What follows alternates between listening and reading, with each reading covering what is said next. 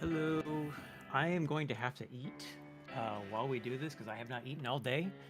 Um, so I will have to do that, but I will definitely be paying attention.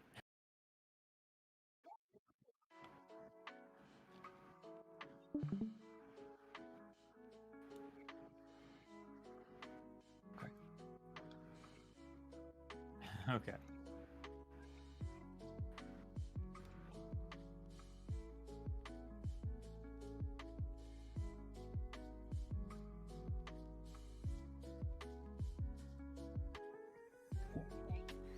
Yeah. We've got a lot of movement.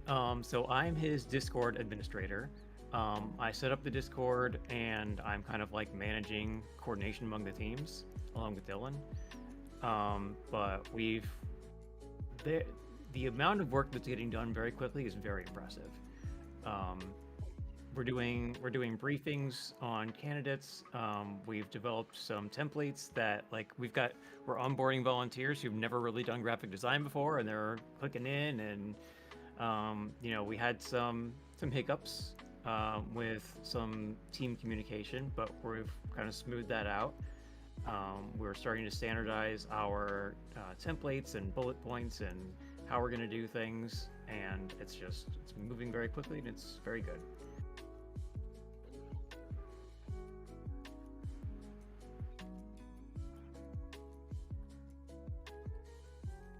Yeah, I've been very impressed with I've been very impressed with both DGG and Track Ukraine as far as the people go. There's not really another organization that I've seen like these two that's just so organized and so on top of things and so active.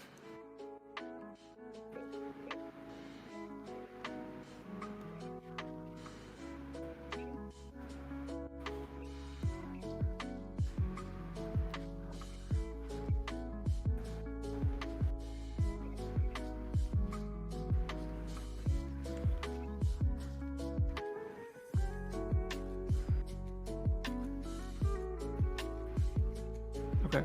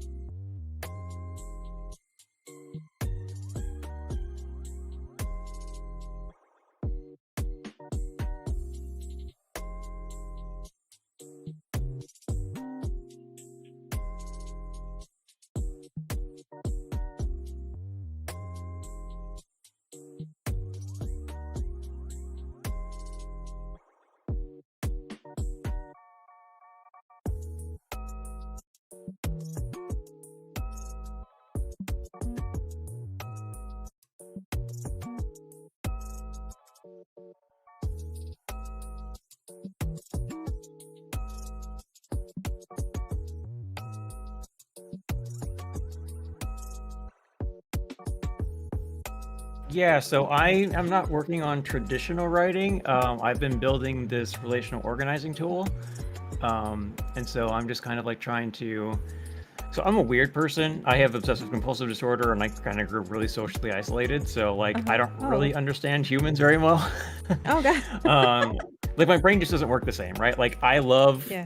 when I'm uncertain about things, I just go deep into detail, and other people were like, we just want the bullet points, right? Oh, Or like something that I think is like very very clear or very useful. Other people are like, that's too complicated, right? And so I struggle with like how to communicate things. And so trying to build this relational organizing tool is kind of like, okay, what would I understand in my own brain about what I'm writing or how I'm doing this that other people wouldn't? hmm. I So gotcha. if I can just share this with you. Yeah, as a matter of fact, Uh, that's good if you want other like humans to to yeah. bounce it off of. Let me stop So sharing. if I put this Yeah, you over go ahead. here in the side. Thanks for sharing that with me. So we're going to be taking this tool and integrating it with a couple of things that some DGGers have done, and we'll be using this for our canvassing operations. Fantastic. I love it. Okay, cool. Well, if that's what you're working on, or I don't think you could hear me talking when when I was asking you like what were you trying to accomplish in this time of focused work like but Yeah. did you have something is this what you want to try to keep banging on or what's your goal Yeah, for this yeah, time? yeah. My goal is to get this done out of the testing phase by the end of today, Okay. so that it's actually operational, and at least all of the major obvious bugs are resolved. I do need to transition that volunteer ID to a new unique ID so that it's easier for people to remember, so they don't have to remember their unique ID that the system generates. You can just, um, you know, um, Like make your own make or yeah, you can make your own as long as there isn't another one in the system that's the exact same. It should allow you to do that. So I need to okay. fix that. Um, and then obviously I have to fix this poll bug that I don't know why that's happening, and create a little bit of text, implement the suggestions that we made, and then I think it should be pretty much ready to go. That's awesome. And honestly, I think even the things that or the suggestions that I made were I think that's extra, like that's a little bit of icing. So I mean, Hmm. with what you have, it's especially once you get the pool, it's incredibly functional if you want to ship it and then work on those as like a 2.0 or a update just to Yeah, add some of that for additional sure. context. But yeah, just from what I did, it was very fluid, very easy to understand. Everything worked fine. So yeah, good job. Thank you. Yeah, cool, cool. All right, well, I'm gonna dig into my book and Yeah. let's reconvene at let's see, in about 45 minutes, and then we'll Okay. check in and see how far we've gotten. Okay. And oh, and I can't play the break beat or the break chord. I got all Okay. kind of like DMA dings, which shocked the fuck out of me. But so we can't. Uh, I'm back on the pretzel rocks. So I hope this music is okay. Alrighty.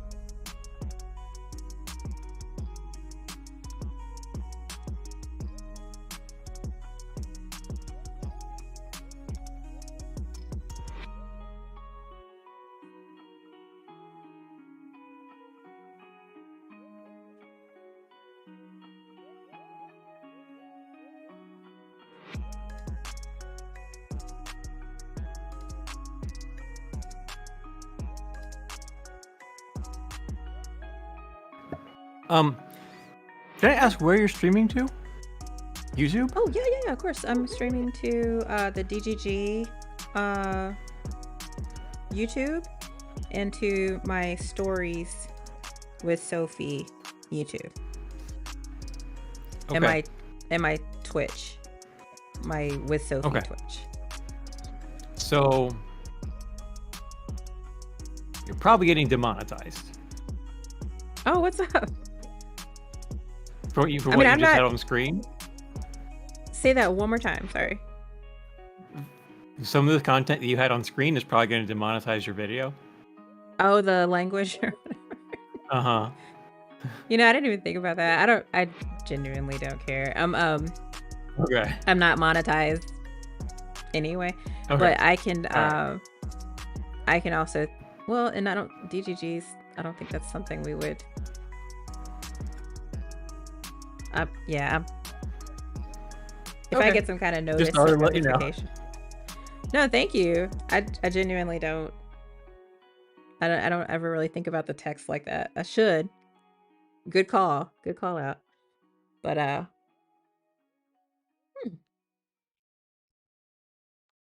I'll be thinking about that next time. Thank you.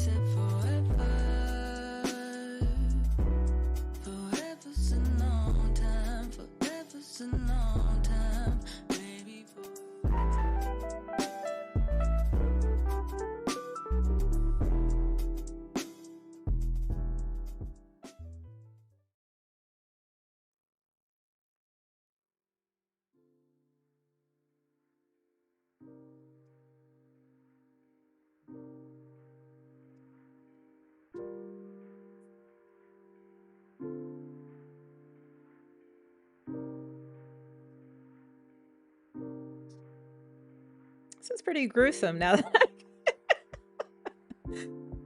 kind of thinking about it, like, damn. It's pretty macabre. I mean, it's a horror story. I should hope so, but still.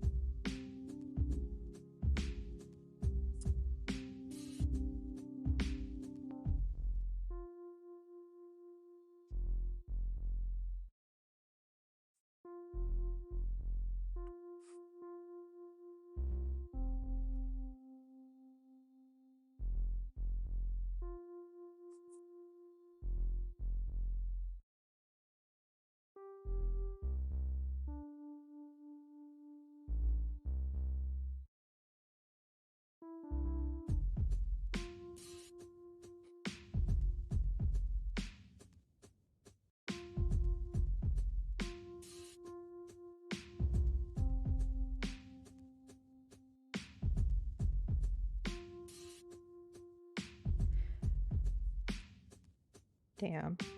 Jay, you want to know something funny? What's that?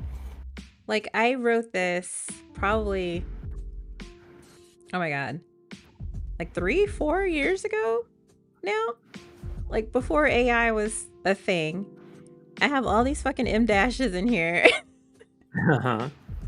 And now I can't do that because everybody would think I used AI, which I did not. So fuck. Yeah, it's... Yeah. Ellipses it is.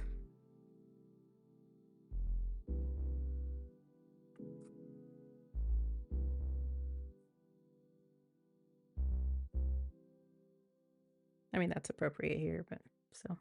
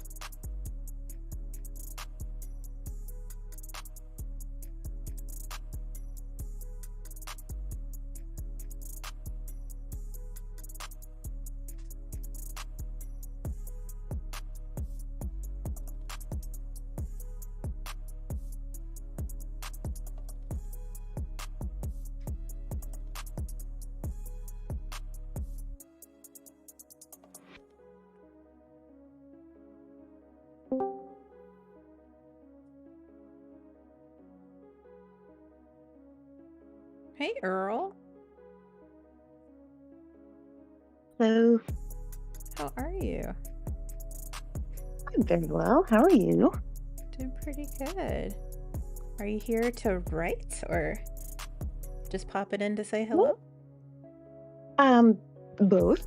I was on YouTube and saw you were live, and I was in the live chat, but I don't think you were looking at it, so I thought I'd hop in here instead. No, thank you for coming in. Sorry. I'm ignoring everybody else. Well, I was Yeah. like, "Maybe she's busy." I mean, because you look like you're in the middle of something. So I was like, Did she mean to be live right now?" I was so, Yeah, this is just chill time. I'm just showing what I'm doing, but we have Jay working on some code, and so yeah, you could be writing literally whatever your little heart desires. This is your time and your space. I'm personally trying to get well, some I'm sorry. sci-fi Go ahead. stuff done. But what's up with you? Well, so it just came to me all of a sudden.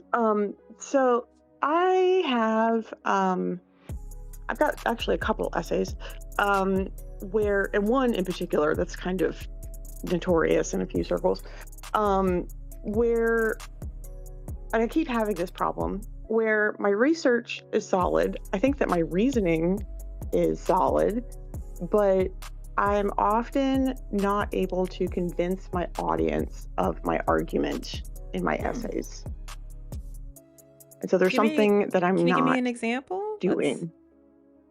Yeah, so like, well, it might help if I like sent you the essay. That might help. Sure.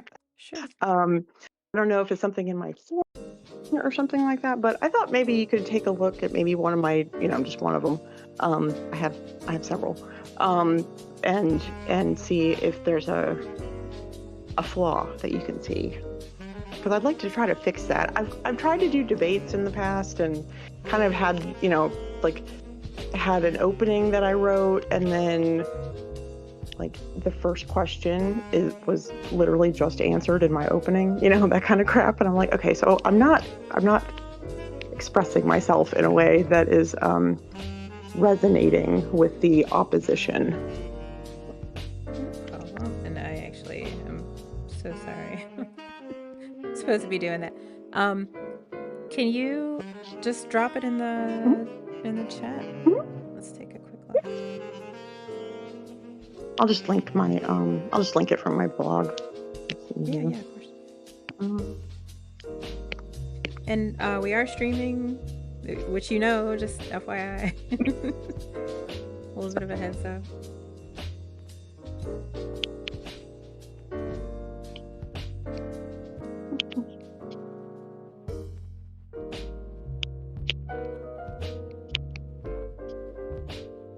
Good grief. Forgot how much shit I had on here. Okay. I've written a lot of stuff. That's awesome.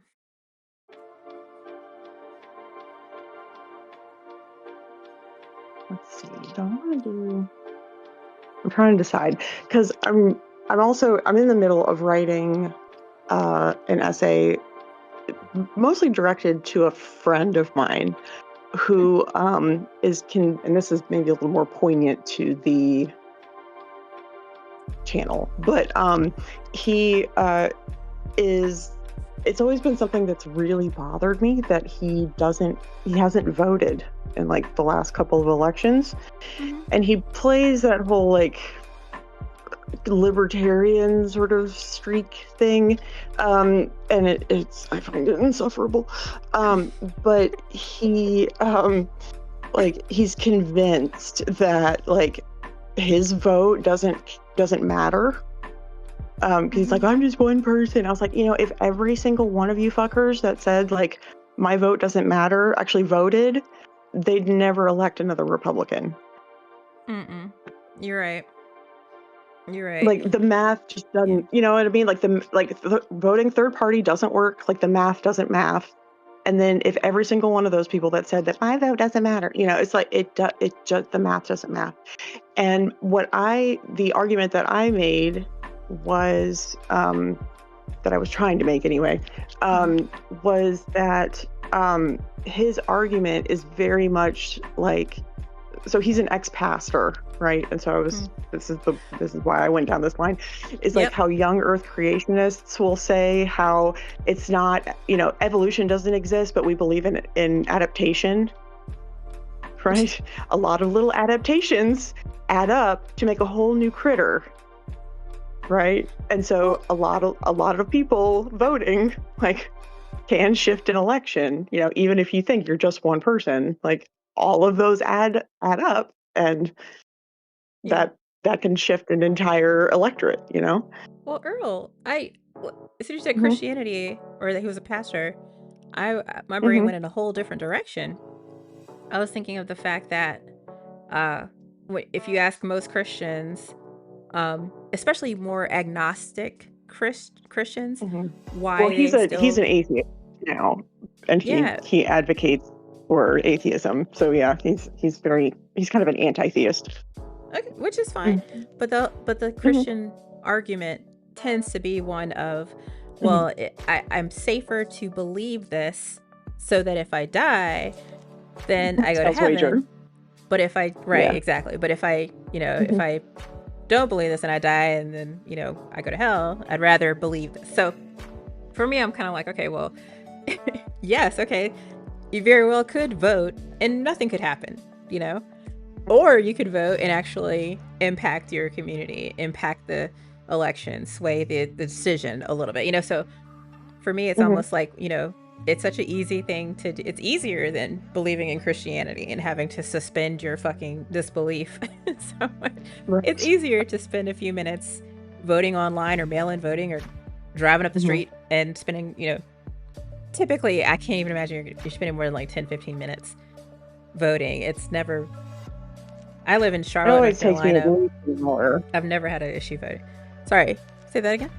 It always takes me at least an hour to I vote.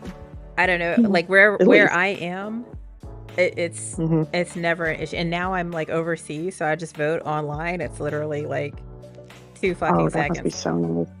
I love it. It's You know, amazing. my whole argument has been for a long time, like if I can submit and have to mostly submit my taxes online, like, and that's Yeah. supposedly secure, like why can't we vote online? I just don't understand. Yeah. I mean again, I would say like the mail-in voting, that's what I pretty much did exclusively before I moved.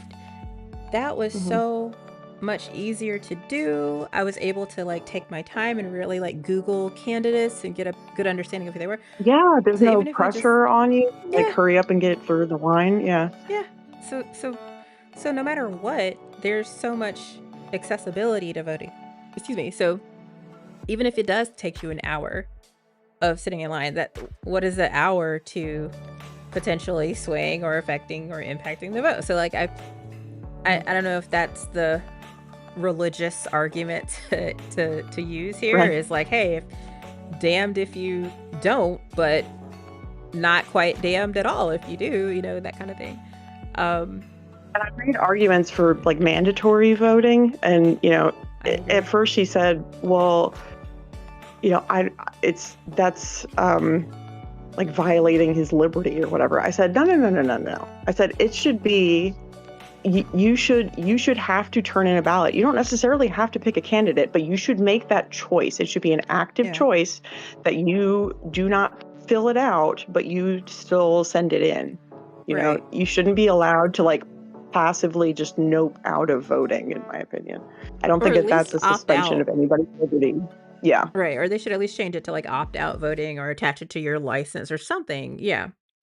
Totally agree. Well, it should be Not an attached to your active license, choice, but not just like I'm just going to sit here and like be lazy and like passively, not have any consequences to this. Like it should take it shouldn't be a big deal, but it should be like I have to turn this into the, send it in through the mail or whatever. Like it should be an active choice that you're making.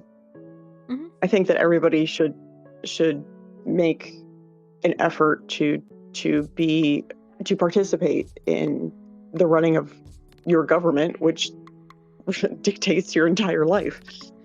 I agree. I feel like for this particular thing, if you want to take the next we're at about 35 minutes and try to work on some of those additional arguments for this piece. I would say just try maybe that different religious angle.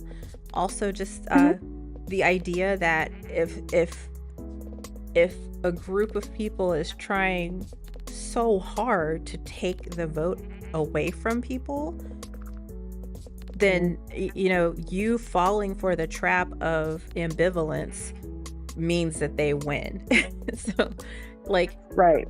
you know, the fact that they are doing all the redistricting and the gerrymandering and the fucking forcing the Texas Congress people to come back and literally fucking voter IDs and the hundreds of laws that they are putting in place to try to limit people's voting. Just look at what I know. I feel like you and I have had this conversation about like black people being the canaries in the coal mine that nobody actually fucking looks at dying.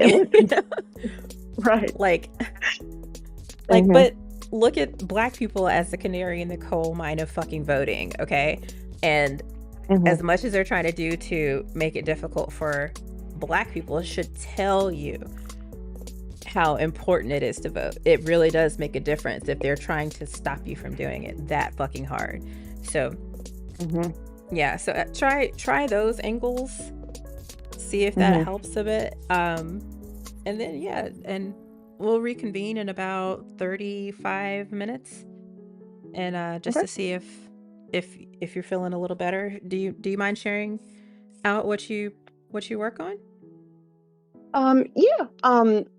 That one I'll need to find because it's still in limbo, so I haven't published it yet. But yeah, if you would, because this has happened a few times, and like this particular essay that I'm getting ready to share with you, like, so the beginning is, you know, kind of a diatribe of like shit that happened to me, but then it's sort of in 3 parts, and the end, like, basically I was right the whole time, and it's really frustrating because everybody called me crazy when back in 2024 when I wrote this, and I got fully canceled for this essay.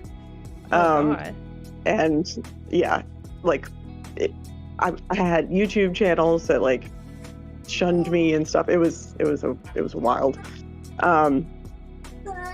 Wild times. But I'm fine now. Especially because I was right the whole time.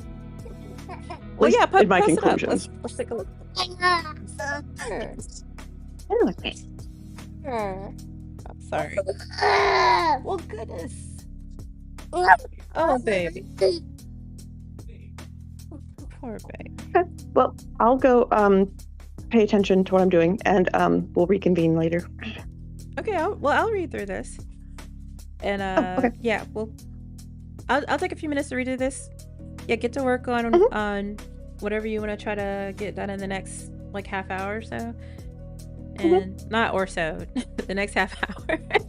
And then we'll we can touch bases again about 15 minutes before we close out. Sounds good. All right, thanks, Earl.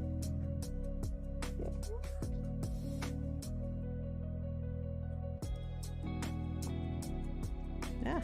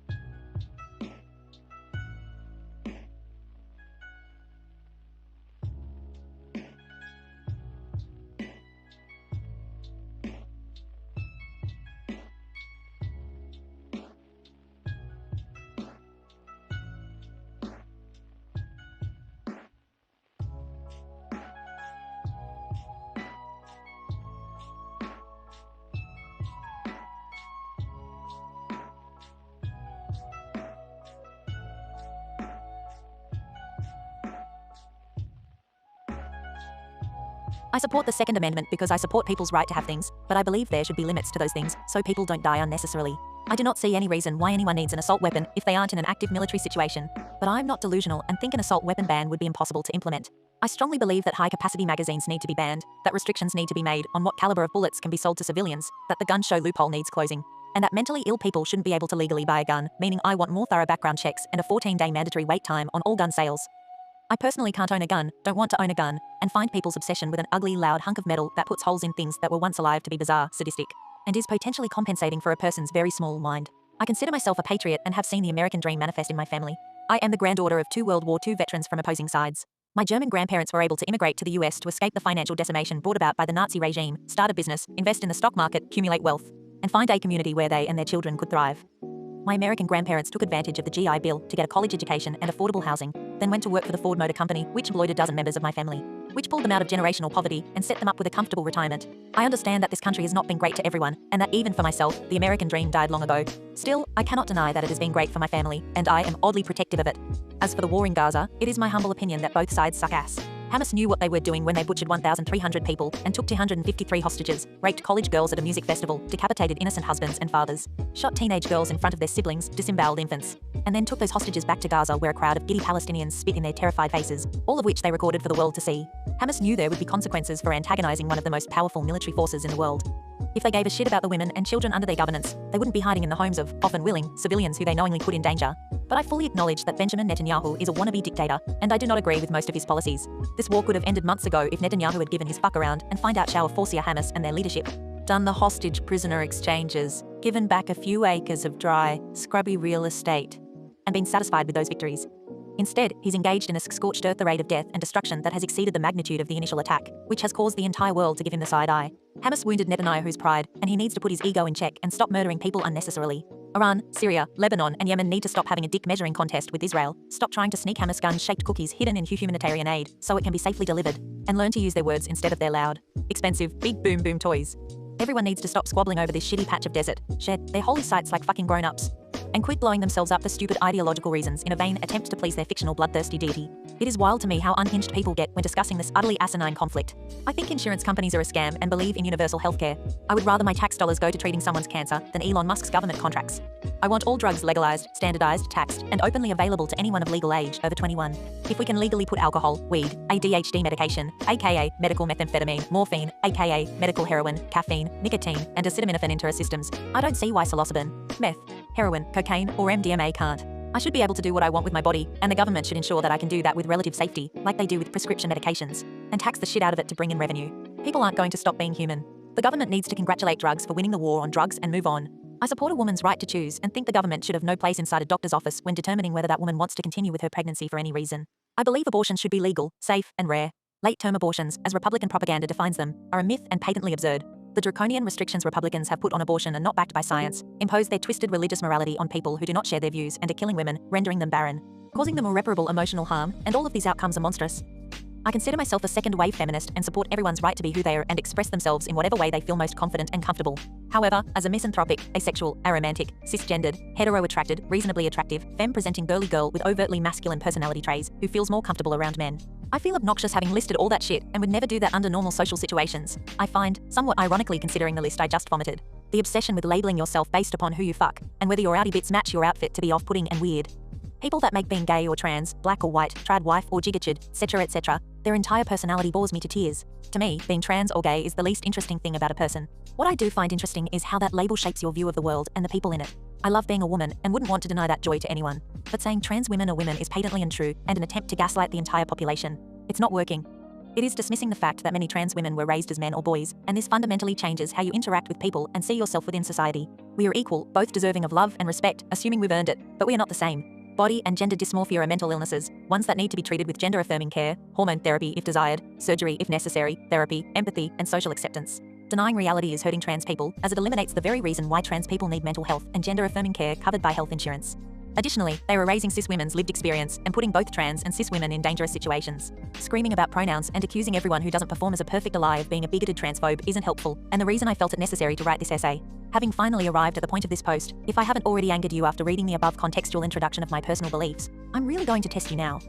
I realize my position on this matter is going to piss a lot of people off, and I fully anticipate that publishing this essay will incite many on my side of the political spectrum into a fervor of blind rage. All I have to say to that is, bring it on, fuckers. So here it is. SJWs, social justice warriors. Advocates on the far political left with a robust online presence who champion identity politics and social issues that see the political right as an adversary whose worldview is inherently harmful to society are the reason Democrats lost the 2024 presidential election and Trump was re-elected. While I let that fact simmer in your brain for a hot second, I'll go ahead and address the extremely close second reason Democrats lost. This election was about fees, not facts, and the average voter felt like the economy was terrible despite all the facts to the contrary. The left severely underestimated the power of vibes and feelings held by an uninformed or willfully ignorant electorate. They didn't aggressively address the fact that Republican propaganda made a paradigm shift to become, my feelings don't care about your facts, which the average voter gobbled up in droves, pushing them to vote for Trump. This reason seems fairly obvious to me and doesn't require an entire essay to explain. Still, I feel it's necessary to point out this phenomenon as it was an integral component of Trump's win and will pop up again later in the essay. So now that I've set my audience's hair on fire, allow me to pour some water on your head and state how I arrived at this conclusion. The election in 2016 was exceedingly traumatic for me. I was separated from my now ex-husband and my boss lost his mind, so I lost my job when he closed the practice without warning. I was turning 30, and I had recently found out my husband was cheating on me. He had locked me out of my own home, so I was homeless while that ugly titless cunt was sleeping pretty in my dream home. I had to take my dogs to my parents' house, so I didn't even have them to snuggle with, and my friends abandoned me for my ex-husband. And on it went. I was a broken human whose life was falling apart, then Trump became president. The back-to-back suicide attempts I made landed me in the psych ward for 2 weeks. Fast forward to the 2024 election, and I saw history repeating itself. Another female candidate I really didn't care for and didn't choose was running against the same buffoon. The economy had been repaired yet again by the previous Democratic president, but people were still bitching about the price of eggs and gasoline. The same talking heads were telling us we were fighting to keep a democracy, and that this was the most important election of our lifetimes. The difference? This time, I knew Trump would win. But where my reaction was overwhelming sadness in 2016, my reaction in 2024 was rage. Pure, seething, unyielding rage. Not with Republicans or Trump or his sycophants or the media or the supporters they manipulated. I was angry with the left. I used to watch a lot of atheist content on YouTube, but I was seeing huge problems within this community since late July of 2024. Side plot story time incoming. During a live stream on my then friend Joe's channel, The Kentucky Atheist, a fight occurred that would change my view of the atheist SJW YouTube community forever. The use of the term alphabet community came up in discussion. I have used the term for 20 years after learning about it from my gay friend Jay. I thought it was adorable, inclusive, friendly, and as someone with a speech impediment, I have a stutter. It was a term I could say instead of the bumbling LGBTQIA+ that I can't spit out without embarrassing myself. I offered the term to my friend, who also struggled with the acronym, but Joe was leery about its use and told me he wanted to discuss it with LGBTQIA+ people within the community. I was told he had their blessing, so I moved on with life. The topic comes up again in Joe's live chat, and another YouTuber, Maya Ed Kissin, storms in and declares that the term alphabet community is derogatory because some right-winger chat used it as a pejorative. Therefore, it's harmful and shouldn't be used, period. I don't like Maya. I tried, but it became clear that she's a mean girl who feels perpetually persecuted and likes to make others feel small. Basically, she's a bitch with a victim mentality I find unjustified and incredibly irritating. Well, wait a damn minute, I thought. I'm instantly annoyed with this bad argument and the insinuation that my friend or myself is harming people by using the term. Since when do we let the right tell us what words we can use? No one here now is offended. No one on stream or in the chat negatively used the term with ill intent. There are a multitude of online communities that embrace the term. The LGBTQIA+ community has reappropriated the term queer. How is this any different? Why are you, Maya, making the term ugly when, frankly, nobody asked you, and you aren't any of the letters? Nope, nope, nope. Maya says it's harmful, therefore it's true, and only her opinion seems to matter. A moderator by the name of Pragmatic Crystal, whom I considered a good friend, had also butted in to attack me and flood the chat with links to articles, her claim to fame, that state alphabet community is harmful. I fire back ones that say it's fine. Both of these women repeatedly suggest that I'm a bigot and harming people on purpose by using the term, ignoring the obvious solution that I can use different terms with different people. I told Pragmatic Crystal her links could fuck off, which I apologized for later, unsuccessfully, and I left the chat. The lack of critical thinking, the instigation of a fight without a victim to fight for, the insufferable moral grandstanding, and the attack on my character were more than I was prepared to handle. I have never addressed anyone in a way they did not want me to. I personally insulted no one by offering an alternative moniker to the normalized acronym in good faith with benevolent intentions. I didn't instigate a fight with anyone and had no intention of causing one. The only person I harmed by suggesting the term alphabet community was myself after these fuckwits ripped me apart and bullied me off the stream. And I was really, really hurt. I wanted to crawl back into my cave and pretend none of this ever happened. But I couldn't, because then it got worse. So much worse. I started to get treated differently within the community. I found myself shadowbanned on several channels because a mod named Titan Uranus was slithering behind the scenes, making ultimatums that unless they booted me, he would see to it that the community would boycott their channels. He continues to stalk me anytime I am invited to a live stream to harass and intimidate me. He thinks he's the YouTube police, bullying viewers in live streams all over YouTube. He's a creepy, shitty, conniving, malicious, dishonest human, and his toxic, insufferable personality makes him the person that ought to have been cancelled instead of me. I was being gaslit, told I was unhinged, and that defending myself from bullies was starting fights with people for no reason. A few channel owners blocked me on Discord. I was demoted as a mod on a channel. I came into a live stream only to hear my name being discussed because they were talking shit about me. I received a screenshot from a friend where Maya, out of the blue, I was not lurking in the chat, and no one had even mentioned my name, was calling me weird and saying that I'm just jealous of her channel's success. I don't watch her content because it's boring. She turns every dialogue into an accusation of racism. and listening to her bumble through every conversation with words she can't remember and concepts she's only vaguely familiar with makes my ass twitch.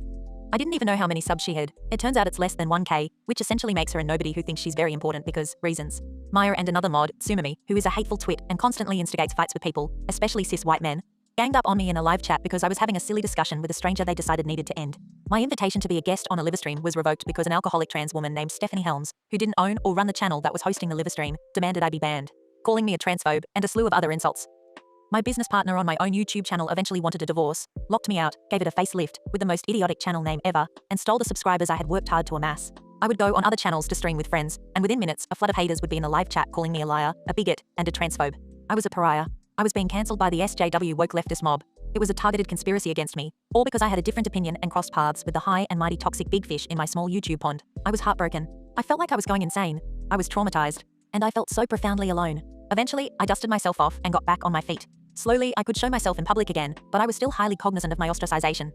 I knew I now needed to find a new community. In that quest, I discovered that I was not the only one these same people had demonized and voted off the island. We shared war stories, and I found solidarity and made new friends. I felt safe again, which gave me the mental space I needed to evaluate why this happened to me. The answer is simple. I did not agree, and that was absolutely unacceptable. They saw me as competition, and therefore, I needed to be silenced and my reputation destroyed. And here lies the problem. Yes, they hurt me, but this is worse than that. Had I been of weaker ideological conviction, had I been more susceptible to the propaganda on the right, had I been less educated in certain things, had I been more vulnerable in my concept of identity, had I been younger with less life experience, or literally a million other things, I could have simply run into the warm embrace of the Republican Party who would pity me, validate my experience, and open a spot at their table because the mean, crazy leftist had hurt my fifis and cast me out. I could have easily become radicalized to the right, and the SJWs would have been the direct cause. After coming to this realization, I started seeing it everywhere. A call-in show on the YouTube channel, the line focused on political topics as the election drew closer. Call after call, people who were considering voting for Trump or were strong Trump supporters would dial in, and the hosts would pummel their arguments into the ground, making sure they knew just how dumb and wrong their opinions were. The quick, clever insults were fun to watch, but my schadenfreude was being placated, not my reasonable, rational mind. I saw the hosts get meaner and meaner every week. And I saw the contradicting narratives and their hypocrisy with crystal clarity. They would go off about how horrible Israel was for their genocide in Gaza against the Palestinians on one call, then would rant about how vile and harmful Islam is as a religion on another. They would spout illogical, misinformed, emotionally charged arguments regarding trans people, minorities, children, and women, and accuse the caller of being bigoted, misogynistic, racist, ignorant, or worse. Then, they would say we must treat everyone humanely and respect their autonomy. The saccharine, phony, two-facetedness of their demeanor made my teeth squeak. The hosts would become indignant at the idea of compromising another's humanity and not making concessions with people's basic human rights because the caller didn't understand why people obsess about pronouns. A topic that could have quickly been addressed with a grammar lesson turned into a lecture on why the caller was an inhuman transphobe monster that ate babies for dinner and hated rainbows. I'm being a tad hyperbolic, but the escalation occurred at lightning speed and honestly looked unhinged.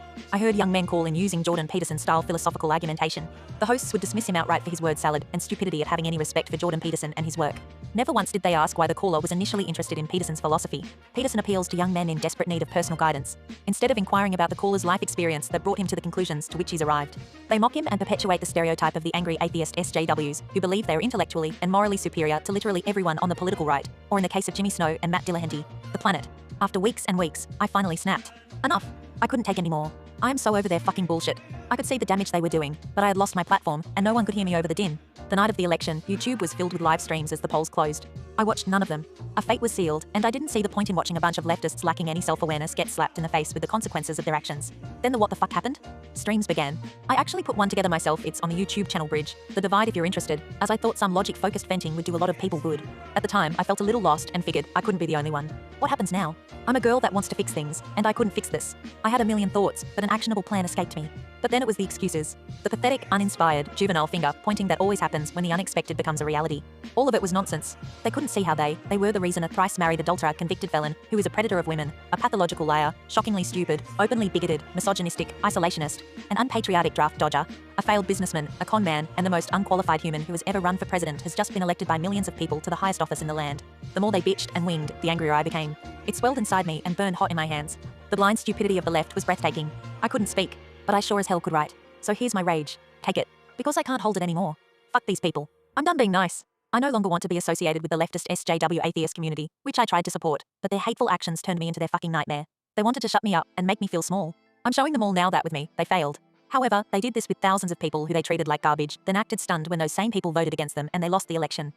The leftist SJW fuckwits belittled, alienated, insulted, and rejected a huge demographic of the voting populace, specifically younger cis-hetero men, due to their hubris, word policing, toxic inclusivity, virtue signaling, Winnie perpetually persecuted victimized rhetoric, tribalism, elitism, spinelessness, and the unapologetic silencing and violent condemnation of anyone outside of their fucked up little bubble. Their lack of empathy radicalized the political center and pushed them over to the Republican Party. They nearly did this to me. I've seen it in action. They must be stopped, and this essay is my call to action. They think they're going to battle with Republicans for 4 years, but they're going to have to deal with me first, damn it. Thank you. I feel better, but I'm not the kind of girl to pop off and then sit and stew in the uncomfortable fuckery I've found myself in. I'm a fixer. So how do we fix this clusterfuck? First, we need to accept a fate. Donald Trump will dismantle the US government as we know it. You need to come to terms with this. This is not speculation. They literally wrote the blueprint for his first 100 days in the Project 2025 manifesto. The American experiment is over. We are truly and thoroughly fucked up the ass with no lube. Scream into a pillow, have a Hallmark movie cry in your shower, drink a bottle of wine with your besties, hug your pets, do what you have to do to mourn its loss. Go do that now. Done? You good? Shake it off. Moving on. Second, we stop giving these people oxygen to burn a house to the ground. I don't give a flying fuck about your pronouns when Donald Trump is establishing a cabinet full of Fox News pundits, pro-wrestling billionaire wives, sleazy television doctors who push pseudoscientific scams, Disney villain sexual predators, and an anti-vax quack who murders bears and mutilates whale carcasses. I don't give a fuck. Grow up. Put on your big girl boy non-binary panties and get over yourself. Your triggers are not my problem. Stop giving Republicans the fuel they need to turn your neuroses into the next culture war phenomenon. Stop being weird. Third, we need to make facts mean something again in public discourse, but we have to disclose those facts in a way Republicans will accept. I'm done playing fair. It's time to play dirty. Republicans have won the propaganda game for a century. The Democrats need to use the same tactics that Republicans did to win over swing voters if we want to take back the House and the Senate in 2 years. Namely, they listened to voters' concerns, they found a talking point to exploit that concern, then they repeated it ad nauseum until election day. I want everyone to turn into a little Goebbels and make factual propaganda that addresses real issues in a way that tugs on people's heartstrings. Make memes, send tweets, Instagram stories, TikToks, whatever. Think like a Republican, but meet people where they're at. Stop yelling your opinions at every ninny on Facebook. Be nice, kill them with kindness, murder their lies with facts. Be violent just with data, posts, and e-hugs. Fourth, humble yourself. The left is not immune from bad arguments and shitty ideas. SJWs proved this to be true in this election. People fall for misinformation because it soothes their triggers, then confirmation bias and the algorithm does the rest. Misinformation is always the other side's problem. I'm smart. They're dumb. Case closed. Fuck you. No. People believe in ideas due to their motivations and feelings. Reach down and discover people's motivations before you write them off as the enemy. Fifth, if you're an SJW, hang out in those circles, or have those leanings, here's a little secret. CIS heterosexual white men are not your enemy. They are not colonizers. The bear will likely maul you. They aren't all sexual predators. They are humans. With feelings. And they are going through some shit right now. The classic toxic masculinity mantra of big boys, don't cry, has them dying by suicide at shocking rates. The lie they were sold about getting a good job, buying a house, having a family, and retiring with a pension and a gold watch doesn't exist anymore. They're not the cause of all your problems. They can't help that they're white anymore, then you can help that you're gay, or neurodivergent, or black, or an insufferable twatwoofle with vocal fry that makes me want to put spoons in my ears. This election proved that nobody likes the shit you're selling. Sit the fuck down and shut the fuck up. We did it your way. It didn't work. My turn. Now I hear you all out there huffing and puffing, telling me, who does this bitch think she is? Why does she think she has all the answers? I don't have all the answers. I don't have a crystal ball to see into the future. But I know that when one strategy fails miserably, you do a little reflection and try something different. So I'm offering this as a possible solution. And honestly, I'm usually right. But I'm so glad you asked because I already ran an experiment. I'm a twisted bitch that likes to hop into the politics Discord server and roll in the mud with Republicans. I haven't had the emotional bandwidth to debate since the election. Really, I was just too salty and butt it. But last night, I decided to give it a try with my newfound insight and see if my ideas would make any difference. I was confident in my knowledge but highly doubtful I'd actually be able to change anyone's mind. Not to toot my own horn or anything, but I utterly wiped the floor with the 4 guys I engaged with and got them to agree with my arguments. My strategy? I met them where they're at. I reflected their energy back at them. I did not insult their intelligence or their masculinity. I showed them that a woman can empathize with their feelings while spitting facts. I attached those facts to the concerns they raised.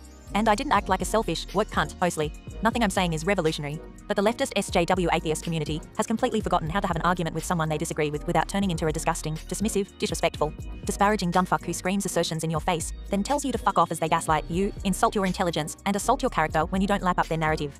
They actually believe themselves to be morally superior as they're treating you like inhuman inferior monster scum. The hypocrisy and lack of self-awareness honestly makes my brain short-circuit. I do realize that not everyone is as confrontational, masochistic, and brazen as I am. But if you do engage in political discourse, we need to change our approach with the people we consider our ideological opponents. The SJWs successfully pushed people away from the left and still haven't noticed that they're the reason their side lost. The side that claims to be the side of science, facts, logic, reason, and humanism lost the plot somewhere around that left turn at Albuquerque and is so self-absorbed that they can't see that they're the problem. They're the bullies, the mean girls, the intolerant, the woke mob, the alphabet mafia, and the vulnerable narcissists all suffering from main character syndrome. Their ideology, just like the far right, needs to die so the rest of us in the center can make America great. We have the power. We just need to get loud and stop playing checkers while the Republicans are playing chess. Honestly, this game sucks. So I'm changing the rules. And I'm starting now. Wanna play? Edit to add. The response to this essay has been eye-opening and unexpected. I was fully prepared for backlash, but I've had several friends who are typically calm, kind, and thoughtful people thoroughly prove my point with a lot of undeserved insults and without one iota of introspection or absorption of a fucking word I said in this post. They behaved badly and hurt my fee-fees, and I learned that orders and blesses the beholder with blind spots that I needed to address. Who knew, eh? So what you just read is actually a revision of a revision since people couldn't make it past the first damn paragraph without wanting to tear me to shreds. It was distracting from the message I was trying to convey, so I felt it necessary to move some paragraphs around and clarify a few points. My views have not changed, but I was shown some information I was unaware of, forcing me to amend some statements. Hopefully, I am expressing myself better with this version. Their reaction and my inability to understand why they're so angry with me will be the topic of another post. This one is long enough, and honestly, I'm going to need a few days to mull this over and repair a relationship or two. I'll be okay. I'm used to pissing people off, and I can handle the heat melting face. Okay.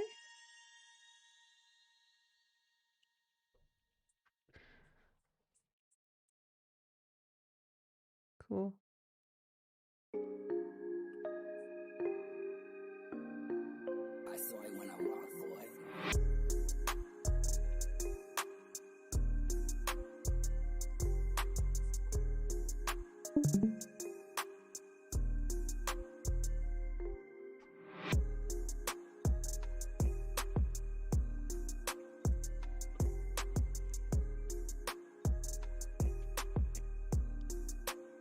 Yeah, it's a little spicy. There you are. Oh boy. That was good. It was good. I hear you. So what are you like? So you're looking to. I saw you said that there was that. What I read was the revision of the revision, or were you wanting to revise that? Yes. Not necessarily revise it. That essay is I put it down. It is going to stay that way. It is what it is. But to be more persuasive, I guess. So that essay came out of a lot of hurt, and that's pretty obvious. But there is, even when I'm just being objective and trying to just lay out a cogent argument, I seem to fail at convincing people of my viewpoint. I didn't know if you could see I have lots of examples of this.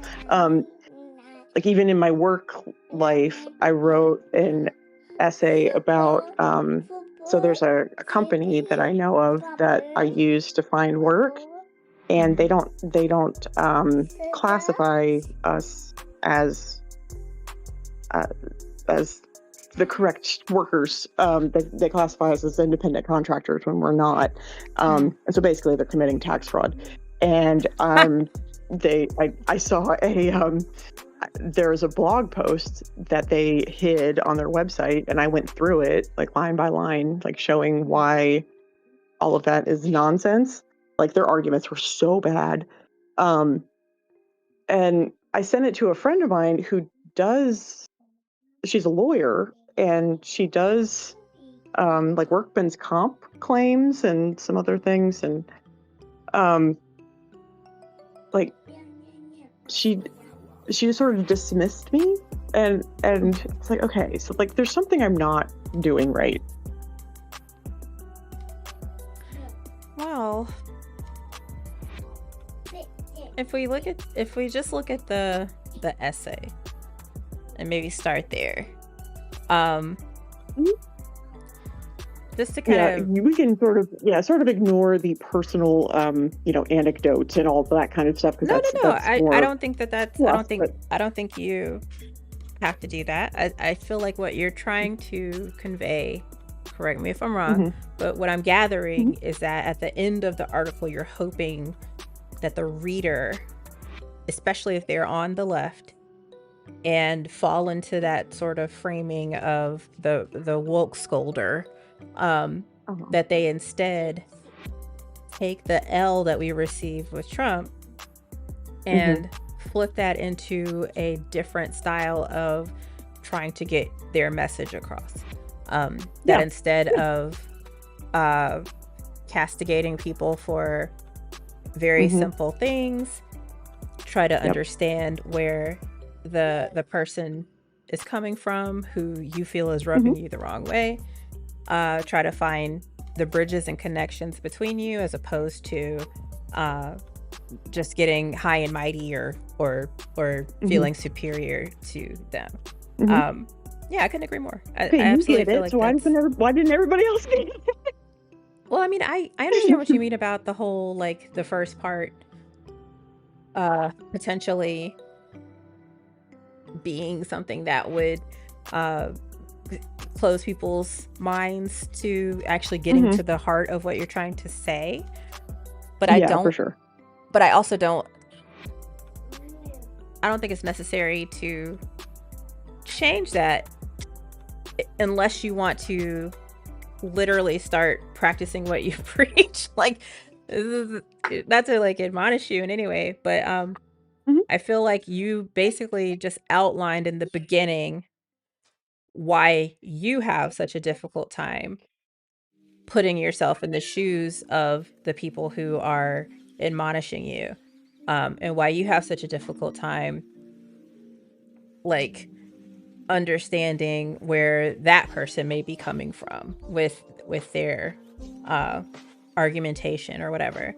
I agree with you that when somebody like fusses at you and then tells other people to fuss at you and then like excludes you and makes it a point to harass you. Yeah, okay. Yeah.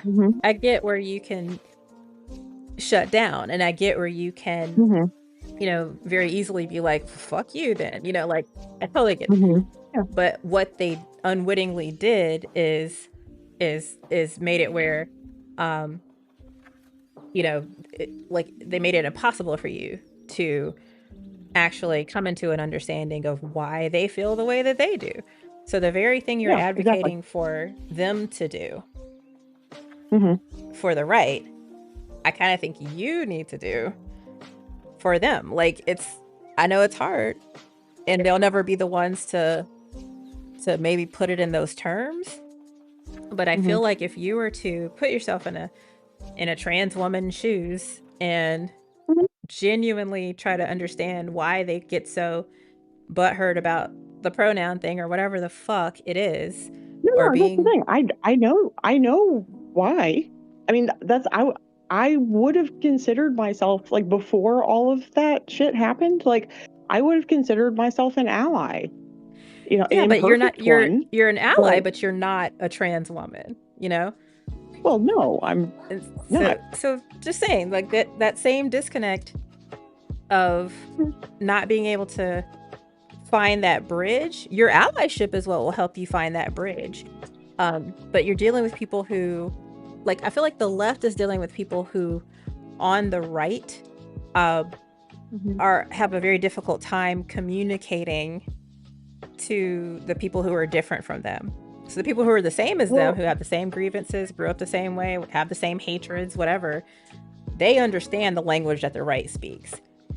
But that's why, like, the left is like, they find it so nonsensical that eating the dogs and eating the cats worked, and that no tax on tips worked and shit like that. So it's the same for our side, you know. It's the cannibalization of the left that I'm arguing against, because these people, I mean, I would have considered I still kind of consider myself sort of center left, and on most things, and an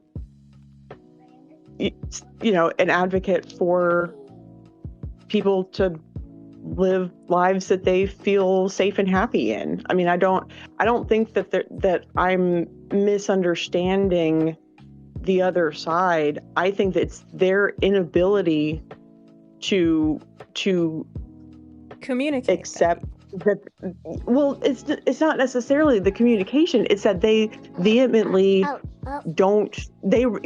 reject anything that isn't in lockstep with their their narrative or whatever, as good intentioned as some of it might be. Some of it's entirely delusional, and like I understand that there's that they're trying to protect themselves and they're and all of that, but this is more of a, because these people are way further left than I am. Right. But I mean, that's what I'm trying to get at with the whole communication thing, is that the right, their communication is heard by the right, whereas the left is like, what the fuck? How does this work? Whereas on the left, it's like you said, like we're so fractured, we're so siloed. We're very, like, a leftist is very different from a center leftist. Liberal.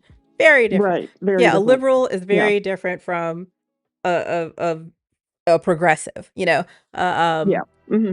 A Democrat is very different from a socialist, so like literally Right. there's is so much fragmentation, but each of these groupings, again, the way they communicate, they're unable to communicate even to their own, party or their own side, because we're all in these individual little silos. So all I'm saying is that, you knowing this and you kind of having that understanding, I just think it's helpful maybe to take your own advice, like in the same way that you have to try to put a decoder ring on to speak to the right, and you figured out those settings, you know what to turn it to. It sounds like you with the debate that you did, and you talked to those 4 guys and you kind of brought them around. It sounds like you know the code now to talk to the left or to the right. But now it's like I think you need to do the work if you want to kind of try to apply those same connections to these different factions on the left. Yeah, you're gonna have to start to use that decoder ring a little. Problem. Right. That works. Yeah, I mean, we have the Hassan problem where it's like we've got the tankies or the and trying to and that's one of my biggest concerns is getting, because which I thought it was kind of cool that Destiny actually watched that video that I posted in the Discord with Legia Miller talking about Hassan, and going over that and how in the comment section for that video of hers, it was filled with people who were both her audience and his audience. And there was somebody that said something in the Discord about how his audience doesn't vote, but her audience absolutely does. And so I think that ignoring the people that were, I mean, when I say filled, I mean, it was filled with these people who were listening to Hassan and said that they were, they had fallen into the like red pill sort of manosphere pipeline, and then listened to Hassan, and that brought them over to the left. And those men voted in the millions.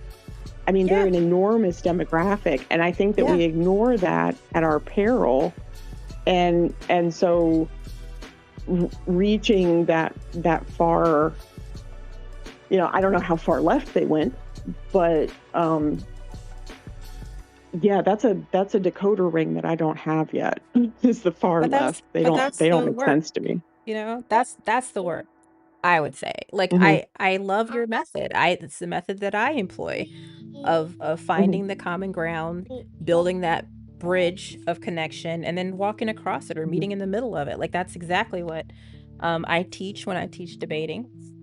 And so I'm very like familiar with what you're saying, but I also feel like I think that needs to be applied to how we talk to the left, or the further left. And so but also I think we need to go into it understanding that they don't have that vocabulary. They don't have the means really to help you understand how to communicate with them, because whoever they're talking to, who's already in agreement with them, who already thinks that Palestine is the most important thing in the fucking world right now. Like they already know they can talk to each other, but there's no real roadmap for that they know how to give anybody outside of their bubble to help them come in. So that decoder ring has to be built by us, unfortunately. If we want to enter into that space and successfully merge it into our own so that we're a stronger party, especially down the line, because we're Democrats, the left is going to bounce back.